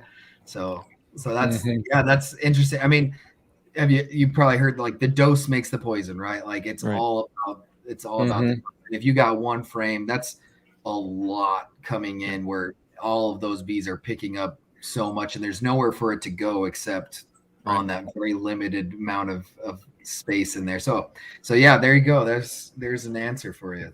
We had zero mite washes. Yeah, those bees were probably squeaky clean. But there wasn't any bees in the wash either, so it was kind of a wash, literally. But could you speak to what exactly, a lot of us are so confused with so many things, and we hear information and we're like, okay, well, I guess this is the most current. Let's just do this and hope that it's killing these mites in a certain way. Could you speak at all to what is it exactly that oxalic acid is doing to the mites? And to take that a one step further is if the mites came from Asia and the mites are living on the honeybees, do the mites occur or exist in anywhere else other than Apis mellifera? And what is oxalic actually doing to the mites to remove them from the equation inside of a colony? Yeah, so let me start with that part. What does oxalic acid actually do to the mites? The short and sweet of it is actually we're not entirely sure, and it's a frustrating answer, but it's difficult to answer that question. I'll tell you why in just a second. But so here's what we kind of do know that it potentially work. I mean, we do know that when you vaporize, it's coating all the inside of that hive. I mean, it's getting on all over the bees. It's grooming, it elicits a grooming response. So the bees are now grooming themselves. They're more likely to knock off some mites. The mites basically have suction cup feet, right? Like, so if there's oxalic acid everywhere and it's gunking up their feet or cutting into their feet, like they can't really hold on, they're going to come off again. But even still, not just that physicalness, like if I tape a mite down to my lab bench and I carefully put a small drop of oxalic acid on, it's going to kill it. Like there is something molecular, like at a molecular level, that is happening to that mite. And at this point, we still don't really know what that is. That's also been on my wish list of oxalic acid research that I haven't been able to get funding for successfully to find the answer to that question. But so the other part of your question is, where are these other mites?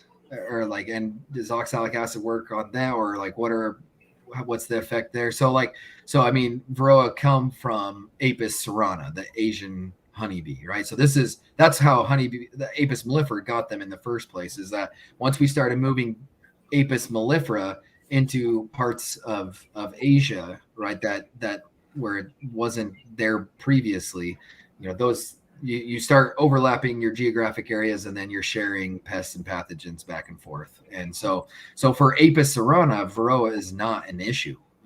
In fact, this summer I was in Thailand doing research, and also, I mean, I was leading a study abroad class there, and I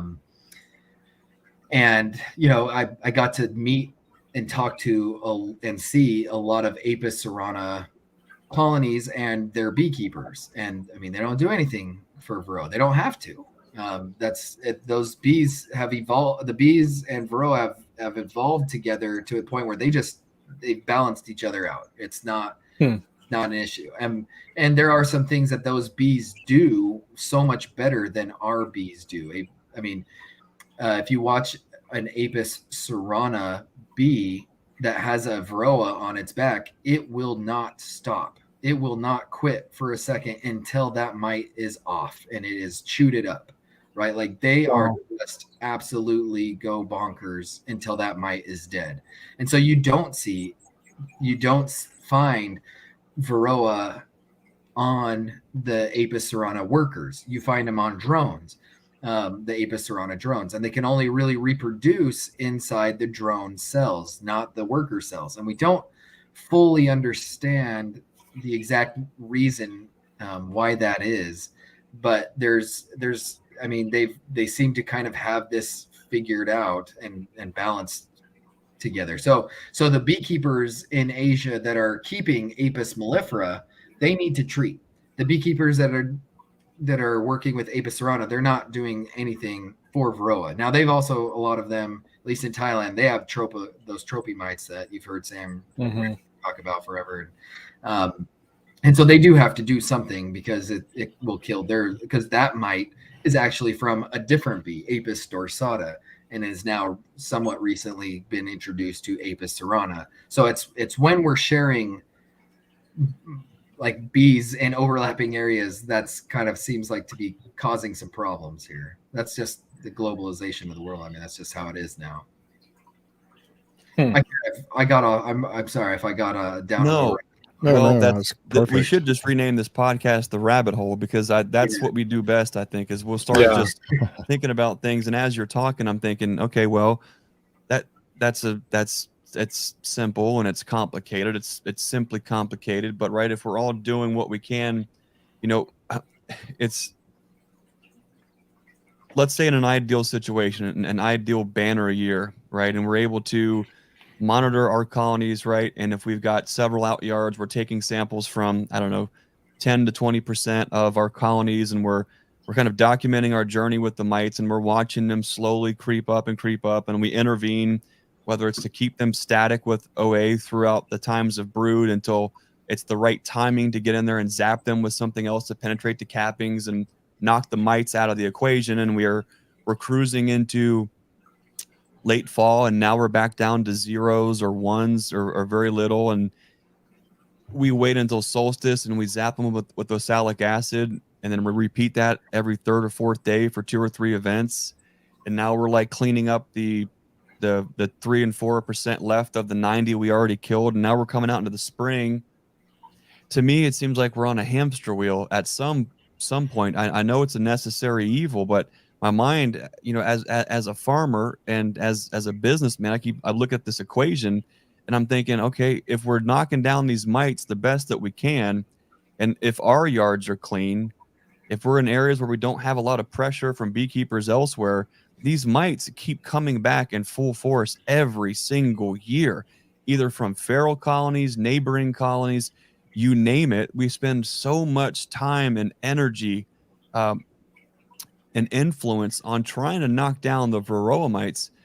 Hopefully small hive beetles, start yes, I know there's information out there that they're carrying deformed wing virus and and hopefully that never becomes a problem. But at what point, are we not seeing the forest for the trees here? Is there a have you gotten into do you study or work or have any data on the virology with the honeybee? Meaning, is there anything else that we can be doing other than just trying to knock down mites? Is there anything else we can do? And I don't mean necessarily from a hygienic standpoint or a grooming standpoint to remove the mites from the equation. Where my mind goes is there something that we can be doing to increase, boost, or work on the immune response to bees to where all these viruses don't impact them quite as much? And then we can does that make sense? I don't know that I have the right question, but it just seems like the viral impact is as important or more. It's more important than whether or not how many mites we have in our counts. Mm-hmm.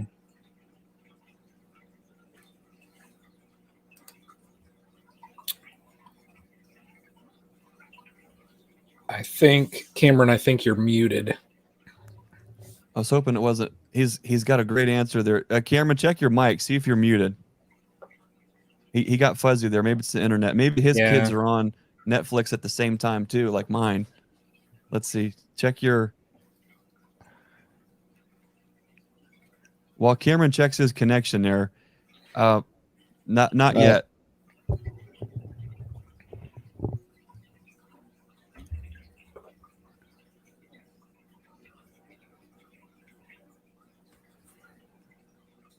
Nothing yet. Your mic shows unmuted, but you look blurry. Yeah. I wonder if it's just a bandwidth thing. I really want you to tackle that question because I think it's one that we struggle with. It's a big deal. Yes, we need the studies, we need the science, we need the data on mites because we can correlate where the viral loads come from. Of course, they come from the mites. But at what point do we start looking and digging a little deeper into the viral impact and what we can do to try to get, do our bees evolve into a situation where there is less of an impact, that they can, there's more resistance to these viral strains? I think without going down this other rabbit hole, fellas, it seems as though that while Cameron's getting back online here, it's, Brian, what is that really fancy word that we use when we are projecting our human thought, emotion, expression, and feelings onto anything else in the animal or plant kingdom? You want me to say it? I want you to say it. Say it, Brian. Anthropomorphize. Anthropomorphize. It gets very tricky, right? Especially now in the times that we're seeing ourselves in, where if we look back at the last 3 to 4 or 5 years on disease and viral impacts and flu and things like that, and what that means for our body and how we evolve, what measures we all take, and the choices that we take to put our bodies in a position to create some, let's say, natural immunity, or maybe. There he is. Can you hear us now? No, nothing there. What in the world's going I on? wonder. So Cameron, the lower portion of the screen, you should see where it says mute, stop cam, and then there's a settings. If you select settings, you'll have an audio option, and then you could test your audio. Maybe every once in a while, and my computer will do this, it'll switch the microphones. So maybe it's something in the audio settings. And he's getting blurry. I don't wonder if it's a bandwidth thing there. For folks wondering, no, this is not a conspiracy theory. Take your tinfoil hats off. It's not the University of Florida shutting him down so he can't answer these important questions. No, I think we just got a tech glitch here. Yeah. Man, Cameron, your facial expressions and what I think I can almost see you saying is like, oh my God, I want to hear it even more. Let's say he's pulling his hair out. This is like, yeah, this is. I guess we're gonna have to have you back on another time to really go down the rabbit hole even further, because I think we all of a sudden just started scratching some questions that they're challenging, they're uncomfortable, they're difficult, but they need asked and they need worked through, and we need to find some answers. The EPA shut them down. That's hilarious. Cameron, I'm sorry we're having some technical difficulties there. We really appreciate you taking the time to be on with us tonight. It's these kind of conversations where there is no judging. It's all about doing the best we can for our bees, finding ways to work together, no matter where our strengths and weaknesses are. It's having these kind of conversations that I really think moves us all forward. It is the rising tide raises all ships in these kind of situations there. So Cameron, I want to thank you for spending so much time with us tonight. Now we have a great excuse where you have to come back on to follow up on a couple of these questions. So thumbs up. Thanks. Thanks again, Cameron. We will talk to you soon. We're going to carry the conversation on here a little further, and we'll look forward to chatting with you in the future. Thanks again, Cameron Jack. Yes, sir. Oh man.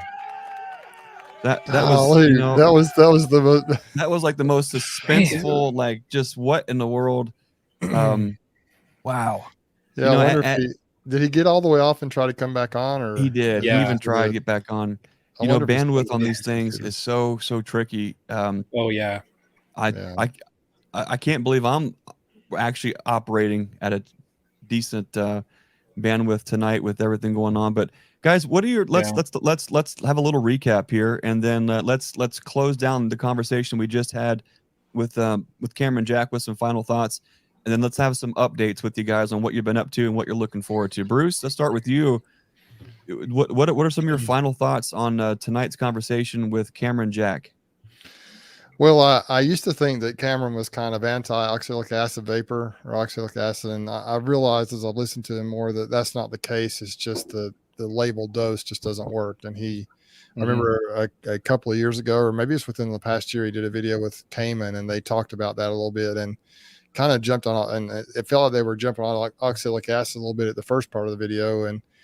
But he's just awesome. He's reasonable. And I think tonight it seems like the videos I've seen with him on have mostly been about oxalic acid. So this was a good look into his views on different products and the overall treatment scheme. And maybe I just haven't seen enough of his stuff to see some of that. But I just think I'm kind of, in my personal experience, I'm kind of getting in a little bit better groove. I'm still not where I need to be. Obviously, I don't know if any of us really are, but I'm trying to I'm getting more intentional with the treatments, with the testing. And I still, I don't test all the colonies. I know someone asked that question in the comments earlier. Do you test all of them? If you've got just a few colonies, you can do that. But if you've got a lot, you just can't. It's very difficult to test every single colony. But another question I wanted to ask was, what about those bee yards that have a mite bomb in them, where you've got, you've got 10, you've got like 1% of the colonies have a really high mite load, and the rest are well within threshold, may have one or two mites in the test. And then you got one that has 30, like the one I had in my backyard. What do you treat them all, or do you just treat the one? That would have been an interesting question to ask him.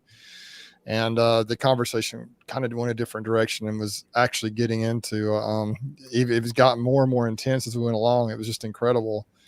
But I think that the whole takeaway from this is just that, look, they're trying to figure this out from all different levels. The universities are desperately trying to figure it out. I know they're doing a lot of work up at Auburn and Georgia, Florida. There's several universities that are really just working on this problem right now. And I think they probably all have the same frustrations. I think some of these universities are actually working together on some of these projects. And so it's kind of neat to see how hard they're working at it. But I do think there's a couple of important parts to this. There's that research piece that they're doing. I see that. Yeah, I have mine here too. I'm gonna put it up here. Right here. The research piece that they're doing. But then you've got the people in the field that, thousands, if not hundreds of thousands of beekeepers out there that are kind of testing things, ourselves on working with things. And so you just have to develop a program. You have to test. That's the biggest thing I've learned the last couple of years is, look, you can just treat your mites and treat them. But if you don't know if it's working, is it really what you need to be doing? You can't really develop a successful program if you're not testing the results of what you're doing before and after. You just don't know. You have no idea. It's like when you catch a swarm, you don't know what you're getting. If you just treat for mites, blanket randomly, just throw products on there, and you don't see if they're working or not, you don't really know what's going on. You don't know the real condition of your bees. And so I think he went right along with that. He said the 3 steps of a mite treatment program. Number 1, monitor your mites.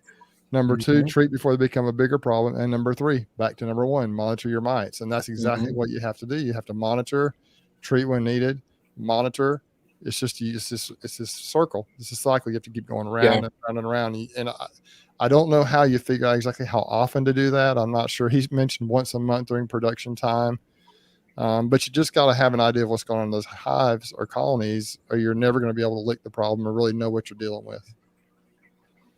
Same thing, honestly, when you talk to people like Corey Stevens and Ashby Miller and these people that are doing the VSH type testing, they are very, very strict and intentional on their testing protocols.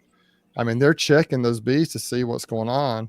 You hear a lot of treatment-free beekeepers out there that just it seems to me like they're putting bees in boxes and just let it survival of the fittest. They really don't know what they're dealing with. But these people like Corey and people are developing these lines. I think it's a 2-tiered approach. You got to have the mite treatments and the mite testing program, and then you also need to have those people who are developing these stronger, more mite resistant stock. I think it's the two. I think those things are going to come together in the future.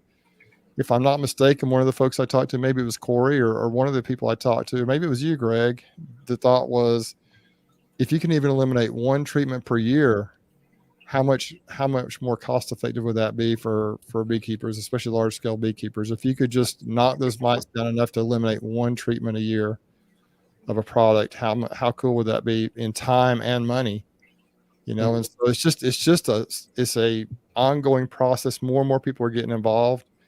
And man, if we can just all get on the same page and combine the universities, the studies, all the research, the Randy Olivers, the Corey Stevens, all of us, what you're doing, Greg, all the queen breeders, we're going to be able to develop a much better bee and have more successful beekeepers in the world. So I think it's pretty cool, everything that's going on. Yeah, those are great. Was that a question? Well, do we ever really have a pointed question? It's usually, it kind of goes somewhere else. But before we move on, Bruce and Brian, I want to thank you both for the super chats tonight, and also Lisa, the Grammy Midwife Suburban Homestead. Lisa, thanks for that super chat. If you guys haven't already, be sure to go check out the YouTube channel, Grammy Midwife Suburban Homestead. She's doing all kind of great stuff, from growing everything, growing vegetables, growing critters, growing bees, and having a lot of fun doing it. So be sure to check out her YouTube channel. These kind of conversations, Bruce, as there are no answers. Maybe this podcast would be better called the Never Find an Answer rabbit hole. But I think it's not so to find answers. It's learning to think through something. It's learning to try the right questions on what it is you're struggling with, to try to get you, kind of further along. Brian, Greg's getting grainy now too. I think somebody must be coming into They're shutting There us must down. quick. Where's my tinfoil hat? I don't have to put one We're, on. we're creating too many waves in the universe tonight. They're shutting us down. Yeah, It man. seems like it. Hayden Maxwell, thank you for your $10 super chat. His comment: if it wasn't for my time crunch running a winery and meat market, I would be able to do this type of stuff y'all talk about. Because I don't have the time, I feel like I can't dive in and make plans. Well, Hayden, thanks for the super chat. And man, yes, that's the there's a fine line between having the time to do something and making the time to do something. And when you have so many irons in the fire, you usually have a list of priorities. Where is there a human life in jeopardy? No. Okay. Is there an animal life in jeopardy? No. Is there a plant life in jeopardy? No. And then it's rinse, repeat, and you just start over and over and over again. When you have too many irons in the fire, it's sometimes we can't do the best job we can for each one of those irons. And I think one thing to think about is as Brian is chasing this sideliner's dream of 50, 75, 125 colonies, this is just a reminder for folks out there: quality over quantity. If you are out there chasing a number because you think you are going to have self-worth or relevancy or whatever by growing your bee yard to a certain number, but let's say the number's 100 and they're all operating at 40% potential, 40%. What if we had 40 colonies and they were actually at 90% potential? You would have way more of an asset there. The only difference is your mindset, and your mindset's way more important than your skill set. And it's one of those things, as we keep going further with this talk about Varroa mites and keeping our colonies clean, it is literally so hard. You can get so lost in the weeds so quick by thinking that all we have to do is remove Varroa mites from the equation. I'll say it, whether it's right or wrong, it's on my heart, so I'll just let it loose. I think we're spending way too much time trying to remove mites from the equation. We're only focusing on the mite equation.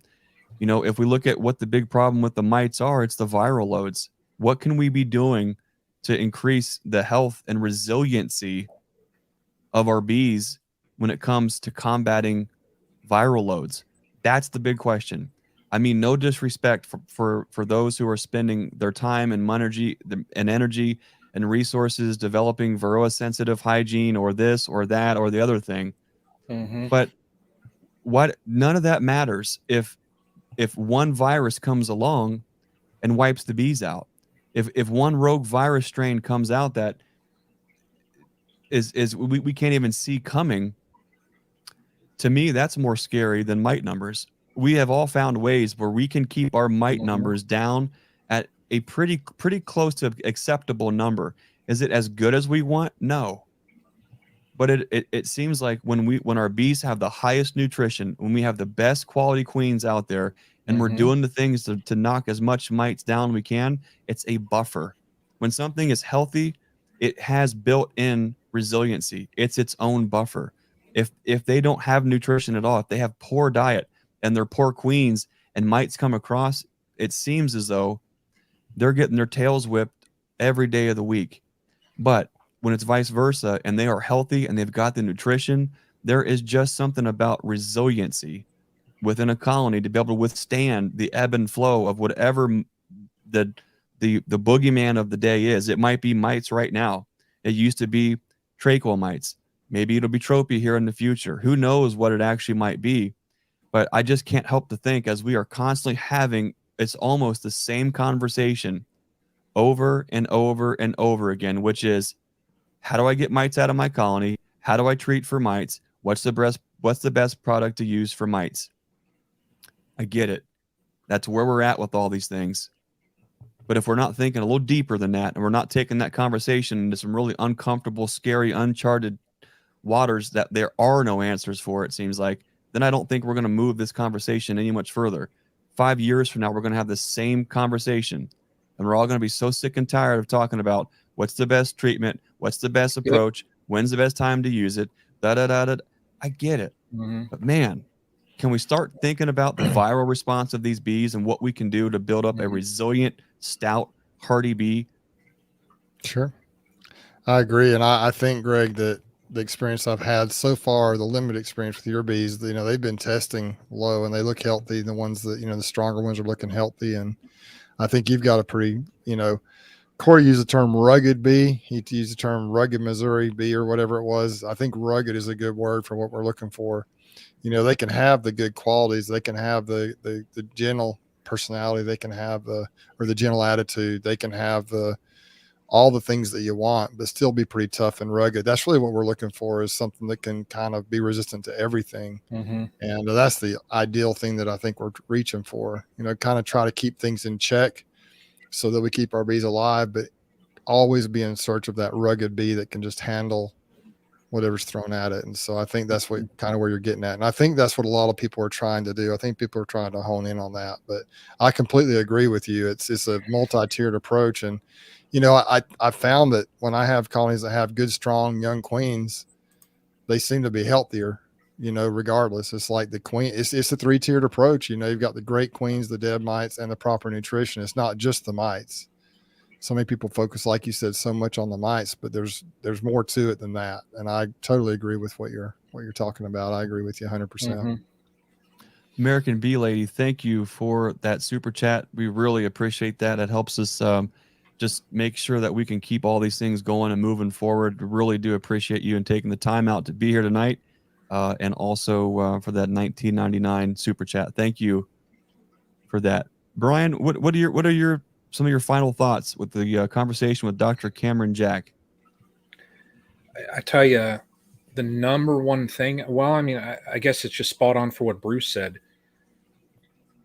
Check your mite counts, treat, and then it's just circle back around, and that's in, you'll see on the second level of the beekeeper program, they do talk about, the IPMs, and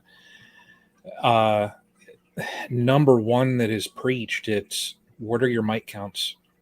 I mean, it's just, you have to know what your mite counts are. And even I see a lot of people where they want to treat just to treat. But also, I always ask people, when you treated, did you do a mite wash after? And the reason being is, typically, if you're looking at Apivar or Apigard, any of those products, there's a lot number. Why do they have a lot number? If you're seeing poor results, right, you can circle back around, contact that company and say, hey, I used your product and here's where my mite counts were before. After I did your product, and this is the dose that I used, I followed by the book, utilizing your product. Afterwards, my mite counts were this. What the company can do then, and I talked to somebody before that worked with Apivar doing this, is they actually looked at in their logs, well, was there something wrong? So it just all goes full circle by doing those mite counts and, keeping just an eye on your colonies. It's just, I can't stress the importance of it. I mean, I learned the hard way. So I learned just the hard way. You have to keep an eye on things. It's just so important. It's so key. Yeah, I agree. It's not just the mites; it's the entire colony health. So you just made a really good point, Greg, with that. Not just the mites, but they are a critical part of that. It's just the mites it's just one piece of the puzzle. Is it, Brian? I appreciate what you said there, because it's like I said, it's hard for a lot of folks to get there. We all want to be there in a place where we feel like we have a grasp and an understanding of what it is that we're doing with our beekeeping. It's one thing to say, I love bees. I love what they can do for my mental situation or physical or spiritual. I love that they can connect me to things that are greater than myself and people that I would have never thought we would have been brought into our life. But to try to do right by them and keep them healthy and keep them alive and keep them moving forward gets to be extremely challenging, to say the least, because we are looking at a critter with a finite existence here on Earth, a very finite picture. What is the role and purpose of the honeybee? Well, if we look to how the honeybee exists in nature, a lot of folks don't want to look at that. A lot of folks don't want to say, well, okay, if we are going to work with nature rather than against it, if the honeybee out here on our 100-acre woods has a 30% chance of survival every single year, okay, accept it. If that's what it really is, if we're taking those critters and we're putting them into a box and we're caring after them, if we want more than a 30% yield or return on that investment, it's a different story altogether. And so I think a lot of times we're operating, we're dabbling across lines that we don't fully quite understand. We're taking something in the natural world that Mother Nature maybe only needs 30% of them to survive every single year to fulfill the role that the honeybee was intended to do. But when we bring them and we invest in them emotionally and financially, and we bring them into a situation, and now we are beekeepers, and here's all the equipment, and now we have to have honey, and it's a commodity. Well, everything changes really quick. And our thought process, how we look at it, our relationship with it also changes. And that's a really tricky thing. If we spend any kind of time actually thinking about it and appreciate that, it gets to be a little bit different. I'm reminded of when Hayden Maxwell. I'd like to have a conversation with you in the future, because we came into this beekeeping thing through the regenerative agriculture lens. Beekeeping was a companion to all the things that we were doing here on the homestead and farm. And while indeed it was a companion and it was a force multiplier, and we leveraged the strengths of all the different enterprises on the farm, we gravitated towards beekeeping. We were called to be beekeepers, and that's what the vision and our purpose on the farm was moving forward. But I'm reminded of that time before I had the knowledge. I'm reminded of the time where I was running on nothing but passion, to where we had the conversation that when we are going to bring pigs onto the farm, if those pigs can't survive on their own, we're just going to let them die. And we actually had those thoughts. Now, the reason I bring that up is we also had those thoughts with bees too. But I can remember, and I've got a photo of it. I don't think it's not in my presentation, and Brian reminds me of the presentation that I just gave in West Virginia. I'd like to put this piece of the puzzle in there, because when I've told myself that we're not going to help these animals along if they can't help themselves, that Mother Nature has to figure this out. They have to work within this system and not need us. That was all well and good until Greg decides to bring heritage hair pigs into the forest to do what he thought they were supposed to do. And in March time, these little piglets that I took responsibility for to bring onto the farm start coughing. And you hear it, and it's 1, it's 2, it's 3, it's 4, it's 5 of them, it's 6 of them, it's all of them. And that cough intensifies. And you look at that animal and they're miserable. We had a choice. Do we let these animals die because somehow they can't exist in this natural environment we put them in? Or do we do something for them? Well, my entire outlook on animal husbandry changed right then and there in that moment, because as that piglet died in my arms, I knew I couldn't let that happen again. So whether it's our pigs, our cows, or our bees, we've got to take responsibility for them. We've got to do the best that we can for them.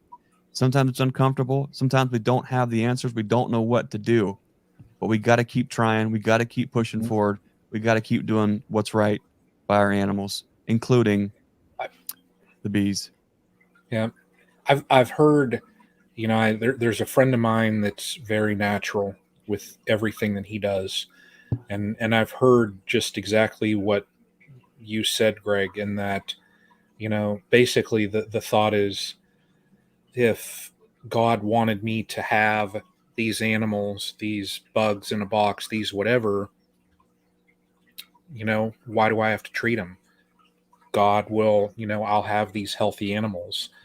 But we also, I look at it in that we've been blessed with the knowledge on how to care for these animals, how to care for these bugs in a box. So why not take that knowledge that's been passed on to us and use it?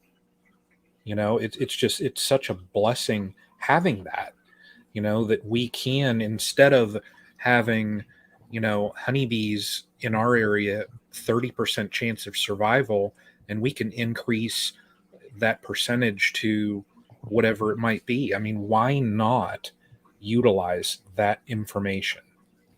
Right. Just, I'm with you. I mean, I've never owned any other farm animals, but yeah, that would just be, that would tear my gut in half being in that situation also. Yeah. As soon as you take them out of nature and put them in a box within a few feet of each other, then you have stewardship over those bees. It's Yep. they're no longer doing what they would do in nature. In nature, they wouldn't be that close together. They wouldn't be Yep. in that particular type of a Yep. sized cavity over and over and over again. They kind of have it figured out in nature, and still, I think there's quite a bit of loss in nature, but they don't do it the same way in nature as they do. So as soon as you take responsibility, as soon as you put them in the box, you need to take responsibility. You become their steward at that point in time.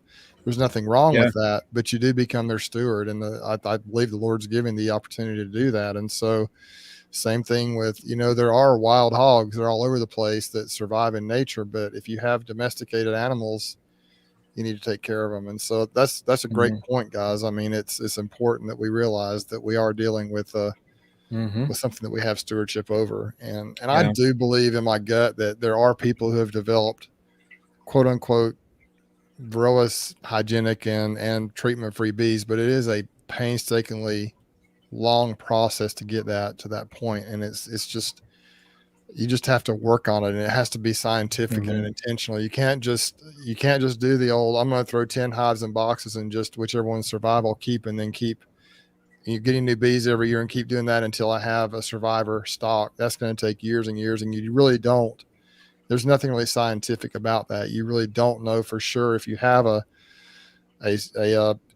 tough stock or rugged stock or not, if you're just replacing them every year. I've had some colonies that last, they do last for years, and they seem to be very Varroa sensitive, and then they end up dying out one year, and then what do you have? And so I think it's just you just have to be, there's that word again, intentional about what you're doing. You have to know what you're doing, why you're doing it. Every time you go in that box, every time you work with your bees, there has to be a purpose, and you have to have an idea of what you're doing. If you're haphazard about it, then you're going to have a haphazard result. You may have one year where you have 90% survival and then lose 90% the next year. And if you're intentional and you work at it and you try to figure it out, you're going to get better and better and better as time goes on. But if you just keep doing the same thing over and over again, you'll never learn, you'll never grow. That's just my opinion on it. And I've gotten more and more, more and more committed to that principle as I've kept bees longer, that you just have to take responsibility, and you just have to try and figure out what to do to help them succeed. Great thoughts, Bruce. I think we all are echoing that place of responsibility for the blessings and the gifts that we are given on this earth, and trying to do the best that we can with it to create abundance with that, to do the things that we feel called to do. And it's a great challenge. And I think that those, I'll say it's going to be unpopular, but I don't believe that there are treatment-free bees out there, that there are bees that are hygienic enough to create generations of bees moving forward from that same stock. I believe that those exist in their individual pockets, but I'm not convinced that those bees, when taken out of their context, out of their biome, and moved into another ecosystem, with different flora and fauna and soil microbiology and pests and pressures and weather, I'm not sure that that works. And I think agree. that's a real challenge, because Mhm. if this were to actually be working, wouldn't we all want that? Wouldn't that be all over the place? How many of us have lost tens of thousands of dollars trying to develop something that we could get consistent results year after year after year, but we can't? I'm not saying that these bees don't exist for somebody somewhere. I 100% believe that they do. I'm not convinced that those traits and expressions and behaviors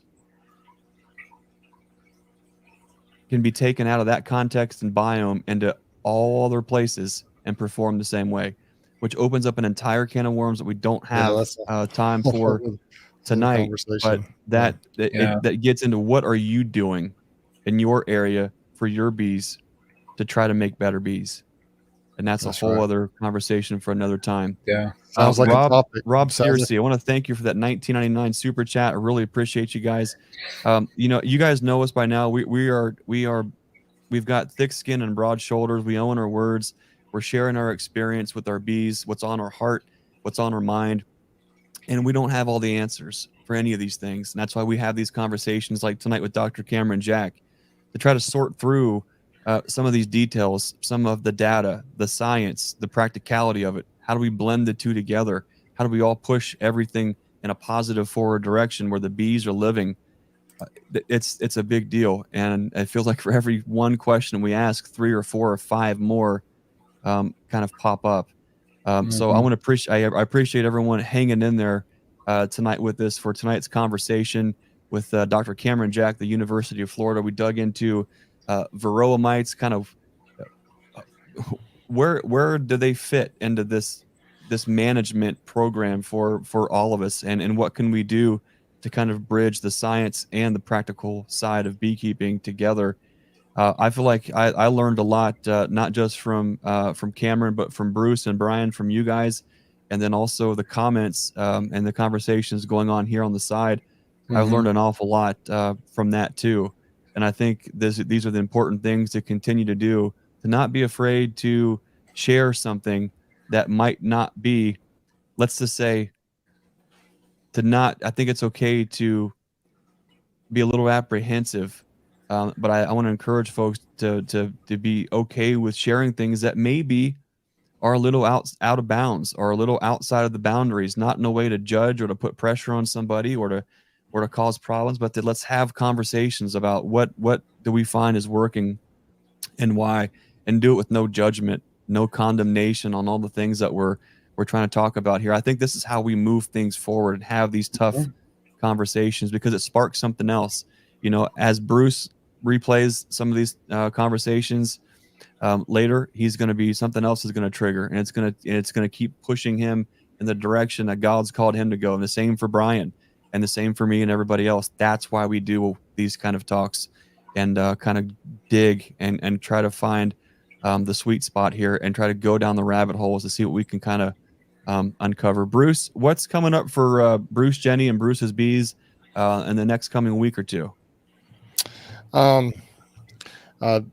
Real briefly, I know we're getting to the end here, Greg, but I think you mentioned the word. We just open up can of worms and new rabbit holes every time, and we can call it the Rabbit Holes Podcast or whatever you want to call it. But that's why these conversations are so important, I think, because we do address a lot of these issues. We're on here to try and address, and we're not solving any problems, probably, hopefully a few problems here or there, but we're just here to kind of entertain the different ideas. And it's just an opportunity to learn from some of the best and to toss ideas around, to learn from the viewers and from people like Dr. Cameron Jack and so many others. So that's why we're doing this, is to just have this community where we can share those ideas in a comfortable situation. As far as Bruce's bees goes, last couple of weeks have been a little crazy weather wise. We've had some, by our standards, cold weather. I've got everything kind of set up with splits, and so I'm going to start checking on these splits and the early splits I did and this weekend and see what the acceptance rate was. Hopefully we'll start seeing some eggs. I had a great time over in South Georgia with Seth Hill. a week and a half ago or so, and there's a video out on that. Man, what a great day that was. And so I'm about to start doing some follow-up videos on some of the splits I did, some of the things I did a few weeks ago. And we'll look into some of these colonies and see how they're doing. My most popular video, I think, this year so far was the one hive to 4 splits video. And I intend on going into that colony Friday or Saturday and seeing what they look like. I just peeked in on them briefly and added a box to one of them, but I haven't gone through them to see what the results were yet. So I have no idea what I'm going to find. I haven't really, in 2 or 3 weeks, I really haven't even looked into those colonies to speak of. And so that's kind of what's coming up, is some follow-up videos. I'd encourage you, it's springtime now, and if you're checking for your mites, if you want to treat, and if you want to use Formic Pro, I've got a couple of videos that came out this weekend, one of which was my first time trying the Formic Pro, and the second video was a follow-up to explain a mistake I made. If you're interested in it, if you're scared of it, if you have any thoughts, I think there's some pretty good information in there. In the second video, I actually had Tom Nolan come on. He's the rep from NOD Apiary Products, the Formic Pro developers, and he walked me through what I did wrong and kind of proper applications. So I think it's some valuable stuff. I didn't intend on doing that second video until I realized I did something wrong with the first one. And so I think they worked out pretty well. But just going to be doing some videos, follow-up stuff. It's about to get crazy here. Pollination bees are coming back in the next week or two. And it's just going to be game on. You know, I've got some viewers, some local folks that may come and help me out with some of this stuff. And it's just going to be, I hope I'm ready. It's going to be game on. It's going to be a lot of fun. So then as far as the channel goes, man, just going to keep just documenting what I'm doing and trying to share things that'll help folks out. You know, that's all I'm trying to do. We've got some interviews coming up. An interview is going to drop tomorrow or Friday night with Craig Branch that I did a couple of nights ago. I'm trying to get that, you know, edited and properly, you know, processed for YouTube. And so that'll be dropping on the Intentional Beekeeping video podcast or playlist on my channel. So lots of stuff going on. It's a lot of fun. I did also hit a landmark a few days ago, 20,000 subscribers, which is a big deal to me. I'm not thank you. Right. I'm not going to do any kind of great big giveaway or anything, because to me, it's just the beginning. I'm trying to, you know, keep growing this thing, and hopefully we'll continue to, with folks like you guys out there, and hopefully some new folks will be able to do that together. And so I appreciate all the support, but big times ahead and fun times ahead and a lot of work. Looking forward to Bruce to seeing what you're up to. It's the time of the year I feel guilty. I'm sure you guys do too, where it's nearly impossible to stay up with everyone's videos, and you might see a thumbnail or something that comes across and you're thinking, oh man, and then it's just the day gets on, and then the week, and then the month. But I love what you're doing, Bruce, and I know you're going to keep up the good work there. And congratulations on 20,000. That's a big deal. And I think what you'll see is you hit 20,000, your rate of exponential growth will just start skyrocketing. And so looking forward to seeing how your channel, not only your channel grows, but how you grow as a beekeeper and that message that you share with your audience. So keep up the good work, Bruce. I appreciate that. The algorithm is tough, though. That algorithm is tough, though, man. I'm still trying to figure that thing out. Yeah. But anyway, Brian, how about you, buddy? What's on the docket for the coming week here? Well, seeing how the weather, at least up north here, we're going to break 50. I think I'm finally going to be able to, this next week, get all the new hive stands built. So, you know, step one in the expansion process will be underway.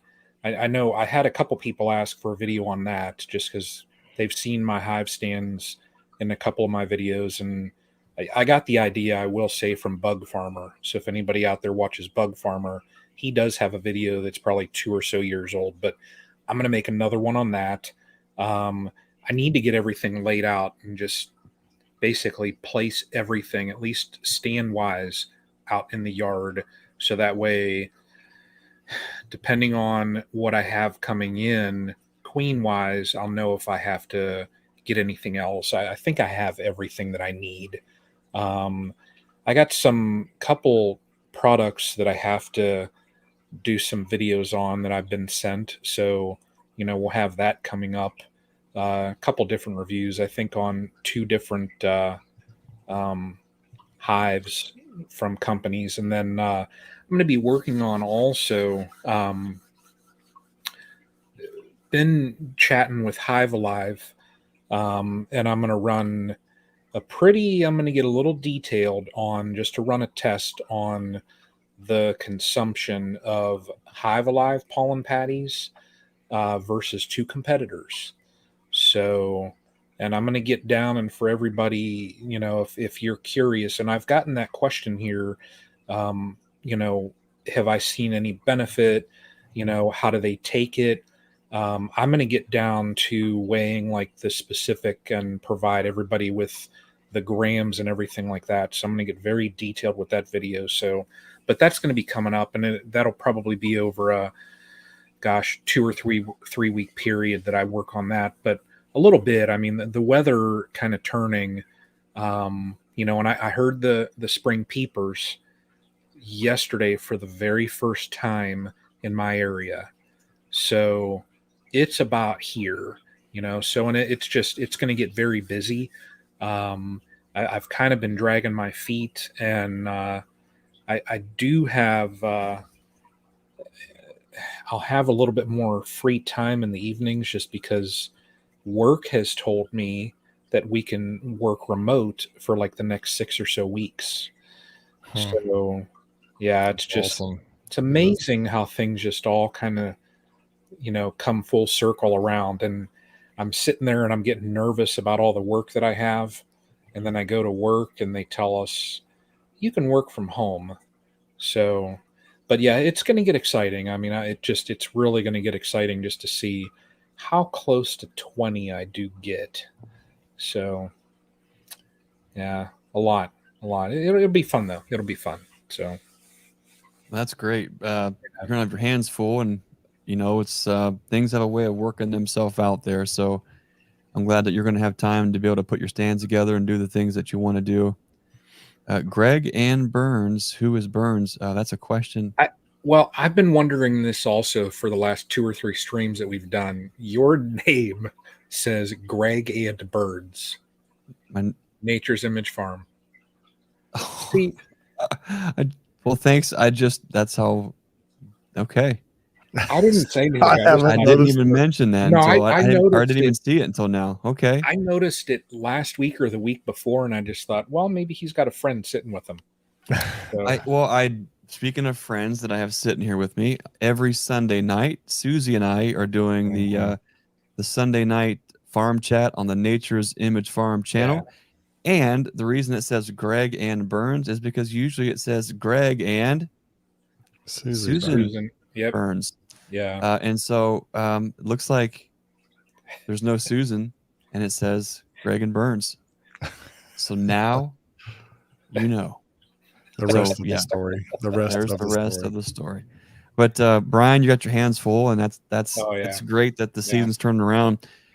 Here at the farm, guys, I feel like every time I'm like a broken record. I just get on here and say it's chaotic, it's busy. I don't know how we're gonna get all the things done, but then somehow we manage to, get things where they're supposed to be in just the right amount of time. But our spring peepers have been going on for 3 weeks right now. We just got in and went through a bunch of colonies. Guys, I have drones. Not only do I have sealed drones, I have drones walking inside of my colonies. My brood is at this beautiful growth stage. Like, it's not exploding out of the middle of nowhere. It's this. They've got this. I don't even know how to explain it. It's just right. Like, they are in tune with nature. And when the peepers started, they just started moving on up. And a couple of these colonies that were, especially the ones that are in doubles, drones everywhere. So for me, every time I look in some of these colonies, it just reinforces some of the things that we did. And it reaffirms the choices that we've made, not only with keeping the mites down and try to keep the viral loads down off our colonies so they can perform, but a lot of the things that we did and doubled down on, the Hive Alive fondant, I think, was one of the biggest game changers in the wintertime, getting away from dry sugar and putting that on. I've never seen our bees look this good. They're just they're on the precipice of busting.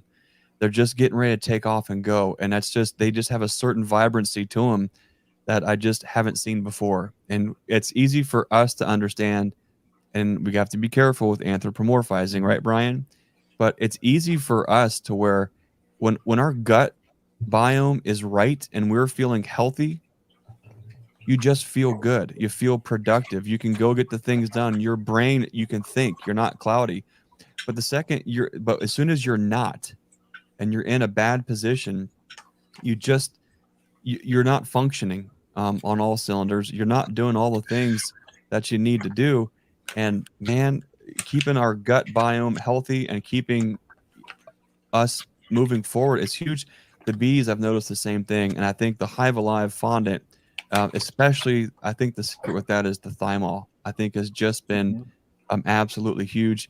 We not only did we feed Hive Alive and all of our syrup on hundreds of colonies last year, but we put the fondant on that many. And now we've got pollen patties, Hive Alive pollen patties on, and they're looking absolutely fantastic. So in that train of thought it seems like right now what I'm learning about the bees is we can keep their gut biome healthy, they can perform. And so just like that little packet that Brian was holding up there, one of the things that we're also going to be doing is incorporating probiotics in our colonies. We did it last year and seen a huge difference in our nuke production. They just seem to be healthier and more prolific. So another thing that we're going to do this year is give everybody several treatments of strong microbials, especially the 801 formula. Not that our bees are in high risk places. Our bees are not in high risk areas where they're going to be in touch with any kind of contaminate or fungicide or pesticide. But with that they now have 8 different bacillus strains that we can now incorporate into our beekeeping that can help with the bees' gut biome. We know what lactobacillus and lacto-fermented foods and things like that does for our gut health. So I think there's something to be said about considering something like that as well for the bees. So we're gonna be doing that too, just to help keep our bees moving forward. This is gonna be one of those years. I'm gonna say it. I don't mean to hurt your feelings. I don't mean to step on your toes. But all of you out there who wait around for everyone to tell you when to start the race, when to get going, if you're out there waiting and cruising all the Facebook groups for someone to tell you and give you permission to start beekeeping this year, to start doing the things to keep your bees healthy, I want to challenge you to break free of that kind of thinking. At the end of last year, the woolly caterpillar came, showed us what the winter was going to hold. We doubled down. We made choices based on that, and now our bees have been in a position where they have been growing and they've been healthy for weeks now. Before spring came, because spring came early. We saw the signs. The trees don't lie. They told us what to do next. We did it.